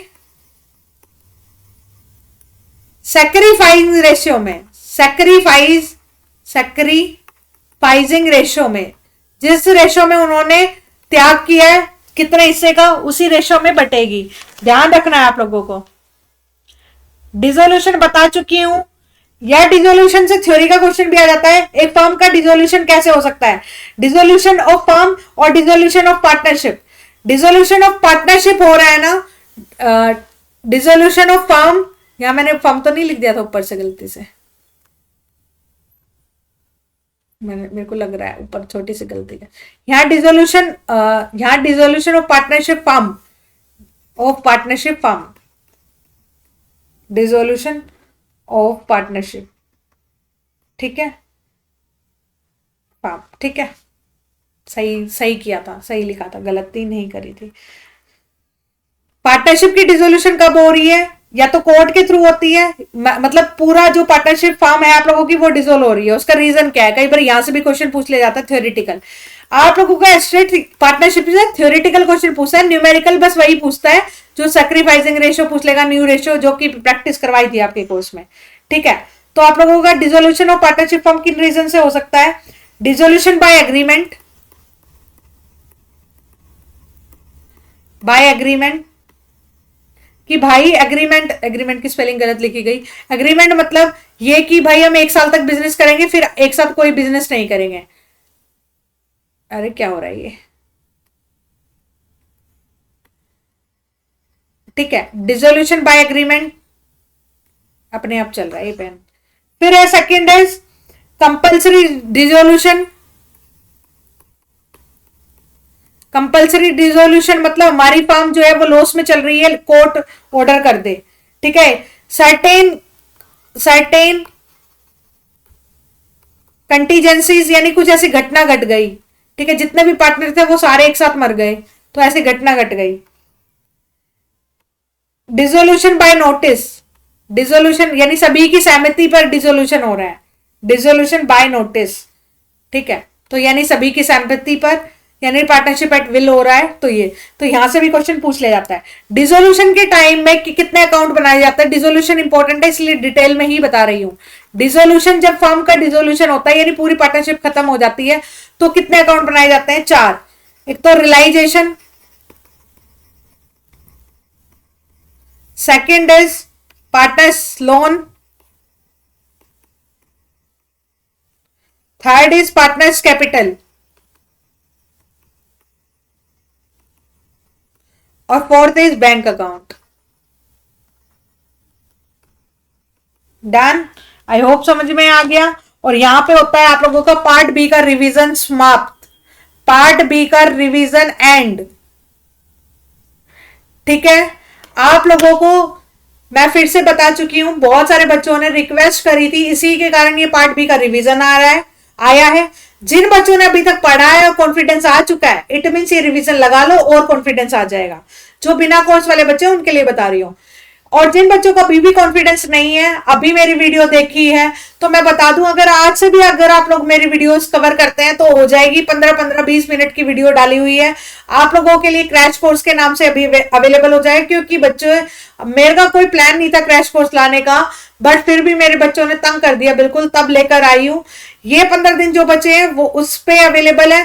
कोई पीडीएफ नहीं मिलेगी, सिर्फ आपको वीडियोस मिलेगी रिवीजन सेशंस की और रिकॉर्डेड सेशंस के। कोई लाइव क्लास की कुछ भी नहीं, ध्यान से सुन लेना, कभी फिर परेशान करो फोन करके। 999 प्राइस होगा, आप लोग ले सकते हैं। और इतने दिन में 3-4 बार वीडियोस को देख जाना, एस्टेट क्लियर हो जाएगा। और जो कोर्स वाले बच्चे हैं, रिकॉर्डेड सेशंस, ये अपने एमसीक्यू लगाते रहिए। आप लोगों को तो मुझे पता है प्रैक्टिस है, बहुत अच्छी प्रैक्टिस है। और आप लोगों को बेटा, आप लोग एमसीक्यू पे ध्यान देना ज्यादा, ठीक है। आप लोग, क्योंकि आप लोगों का सेशंस अच्छे से रिवाइज हो गया होगा इसमें। और जो चीजें हैं, जो टॉपिक मैंने छुड़वाए हैं वो यूट्यूब पे ऑलरेडी मैंने अवेलेबल करवा रखे हैं, वो छुड़वाए हैं, वो ऑलरेडी जो वीडियोस हैं उनको देख ले, क्योंकि वही करवाती मैं यहाँ पर, तो कोई ज्यादा टाइम वेस्ट करने का मतलब है नहीं। 2 घंटे का ये सेशन आप लोगों के लिए फ्रूटफुल रहे। अगर अच्छा लगा हो मुझसे जुड़ के मेरी क्लास को लेकर, तो प्लीज आप लोग कमेंट सेक्शन में कमेंट करें, मेरी ऐप को रिव्यू करें। यही आप लोगों का मेरे लिए थैंक यू होगा। और मेरे प्यारे बच्चों, मैं हमेशा दिल से चाहती हूं कि आप लोगों का क्लियर हो और आप लोग एचपीएससी में भी मुझसे जुड़े। ठीक है बच्चों, मैं निशु यादव एंड करती हूँ मेरी इस वीडियो को। मिलती हूँ किसी नेक्स्ट वीडियो में, तब तक पढ़ते रहिए, मुस्कुराते रहिए, ठीक है। स्टे ब्लेस्ड, स्टे पॉजिटिव, और किसी को उठा नहीं सकते तो गिराइए मत, यही मेरा आप लोगों के लिए मैसेज है। और अपना काम करते रहिए, ठीक है स्टूडेंट्स। मैं निशु यादव एंड करती हूँ मेरे इस सेशन का। मिलते हूँ किसी next audio video live class में, तब तक पढ़ते रहिए, मुस्कुराते रहिए, ओके।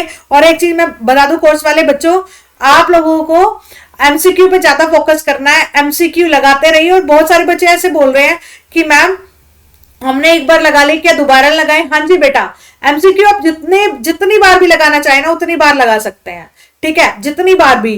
क्योंकि आप लोगों को ना वही बातें मैं बोल रही हूं कि आप लोगों को फोकस करना होता है कि प्रैक्टिस पे जितनी बार आप क्लास को देख चुके हैं, जितनी बार आप देख रहे हैं, वो सारी चीजें आप लोगों के लिए हेल्पफुल होगी। और जितना एमसीक्यू कर रहे हैं, और पार्ट 1 को भी ढीला मत छोड़िएगा, पार्ट ए का भी रिवीजन करते रहिएगा। जितना मैंने बच्चों, जो यूट्यूब वाले बच्चों उनको भी बता दूं, मैंने एक स्ट्रेटेजी वीडियो आप लोगों की यूट्यूब पर भी डाली हुई है, जिसमें, क्योंकि कॉमर्स का कोई मतलब नहीं बनेगा ना, आपने कॉमर्स बहुत अच्छा कर दिया लेकिन पार्ट ए का बिल्कुल छोड़ दिया, तो पार्ट ए का भी नहीं छोड़ना है। तो आप लोग प्लीज पार्ट ए को भी साथ में पढ़ते रहें, ठीक है बच्चों। ये आप लोगों की 2 आवर की वीडियो हो गई, 3 मिनट बचे हैं आपके 2 घंटे होने में। 2 घंटे की वीडियो है, आराम से देखिएगा, बार बार देखिएगा। और फिर भी अगर आप लोगों को लग रहा है कि मुझे और डिटेल में पढ़ना है, और ताकि अपने 100% में क्वालिफाई कर सकूं, तो अगर आज भी आप मेरी वीडियो को देखना लेते हैं, शुरू करते हैं, तो कर सकते हैं। क्रैश कोर्स लेकर 999 का मिल जाएगा आप लोगों को, यानी 1000 में से ₹1 कम, राइट। तो आप लोगों को मिल जाएगा। और ये उस दिन तक होगा जिस दिन आपका एग्जाम है, उसके नेक्स्ट डे आपका सेशन, मतलब रिवीजन कोर्स खत्म हो जाएगा। डिटेल में करना चाहते हैं तो आप फुल कोर्स ले सकते हैं, ठीक है स्टूडेंट। मैं निशु यादव एंड करती हूँ मेरी इस वीडियो का। मिलती हूँ किसी नेक्स्ट वीडियो में, तब तक के लिए जय श्री राम।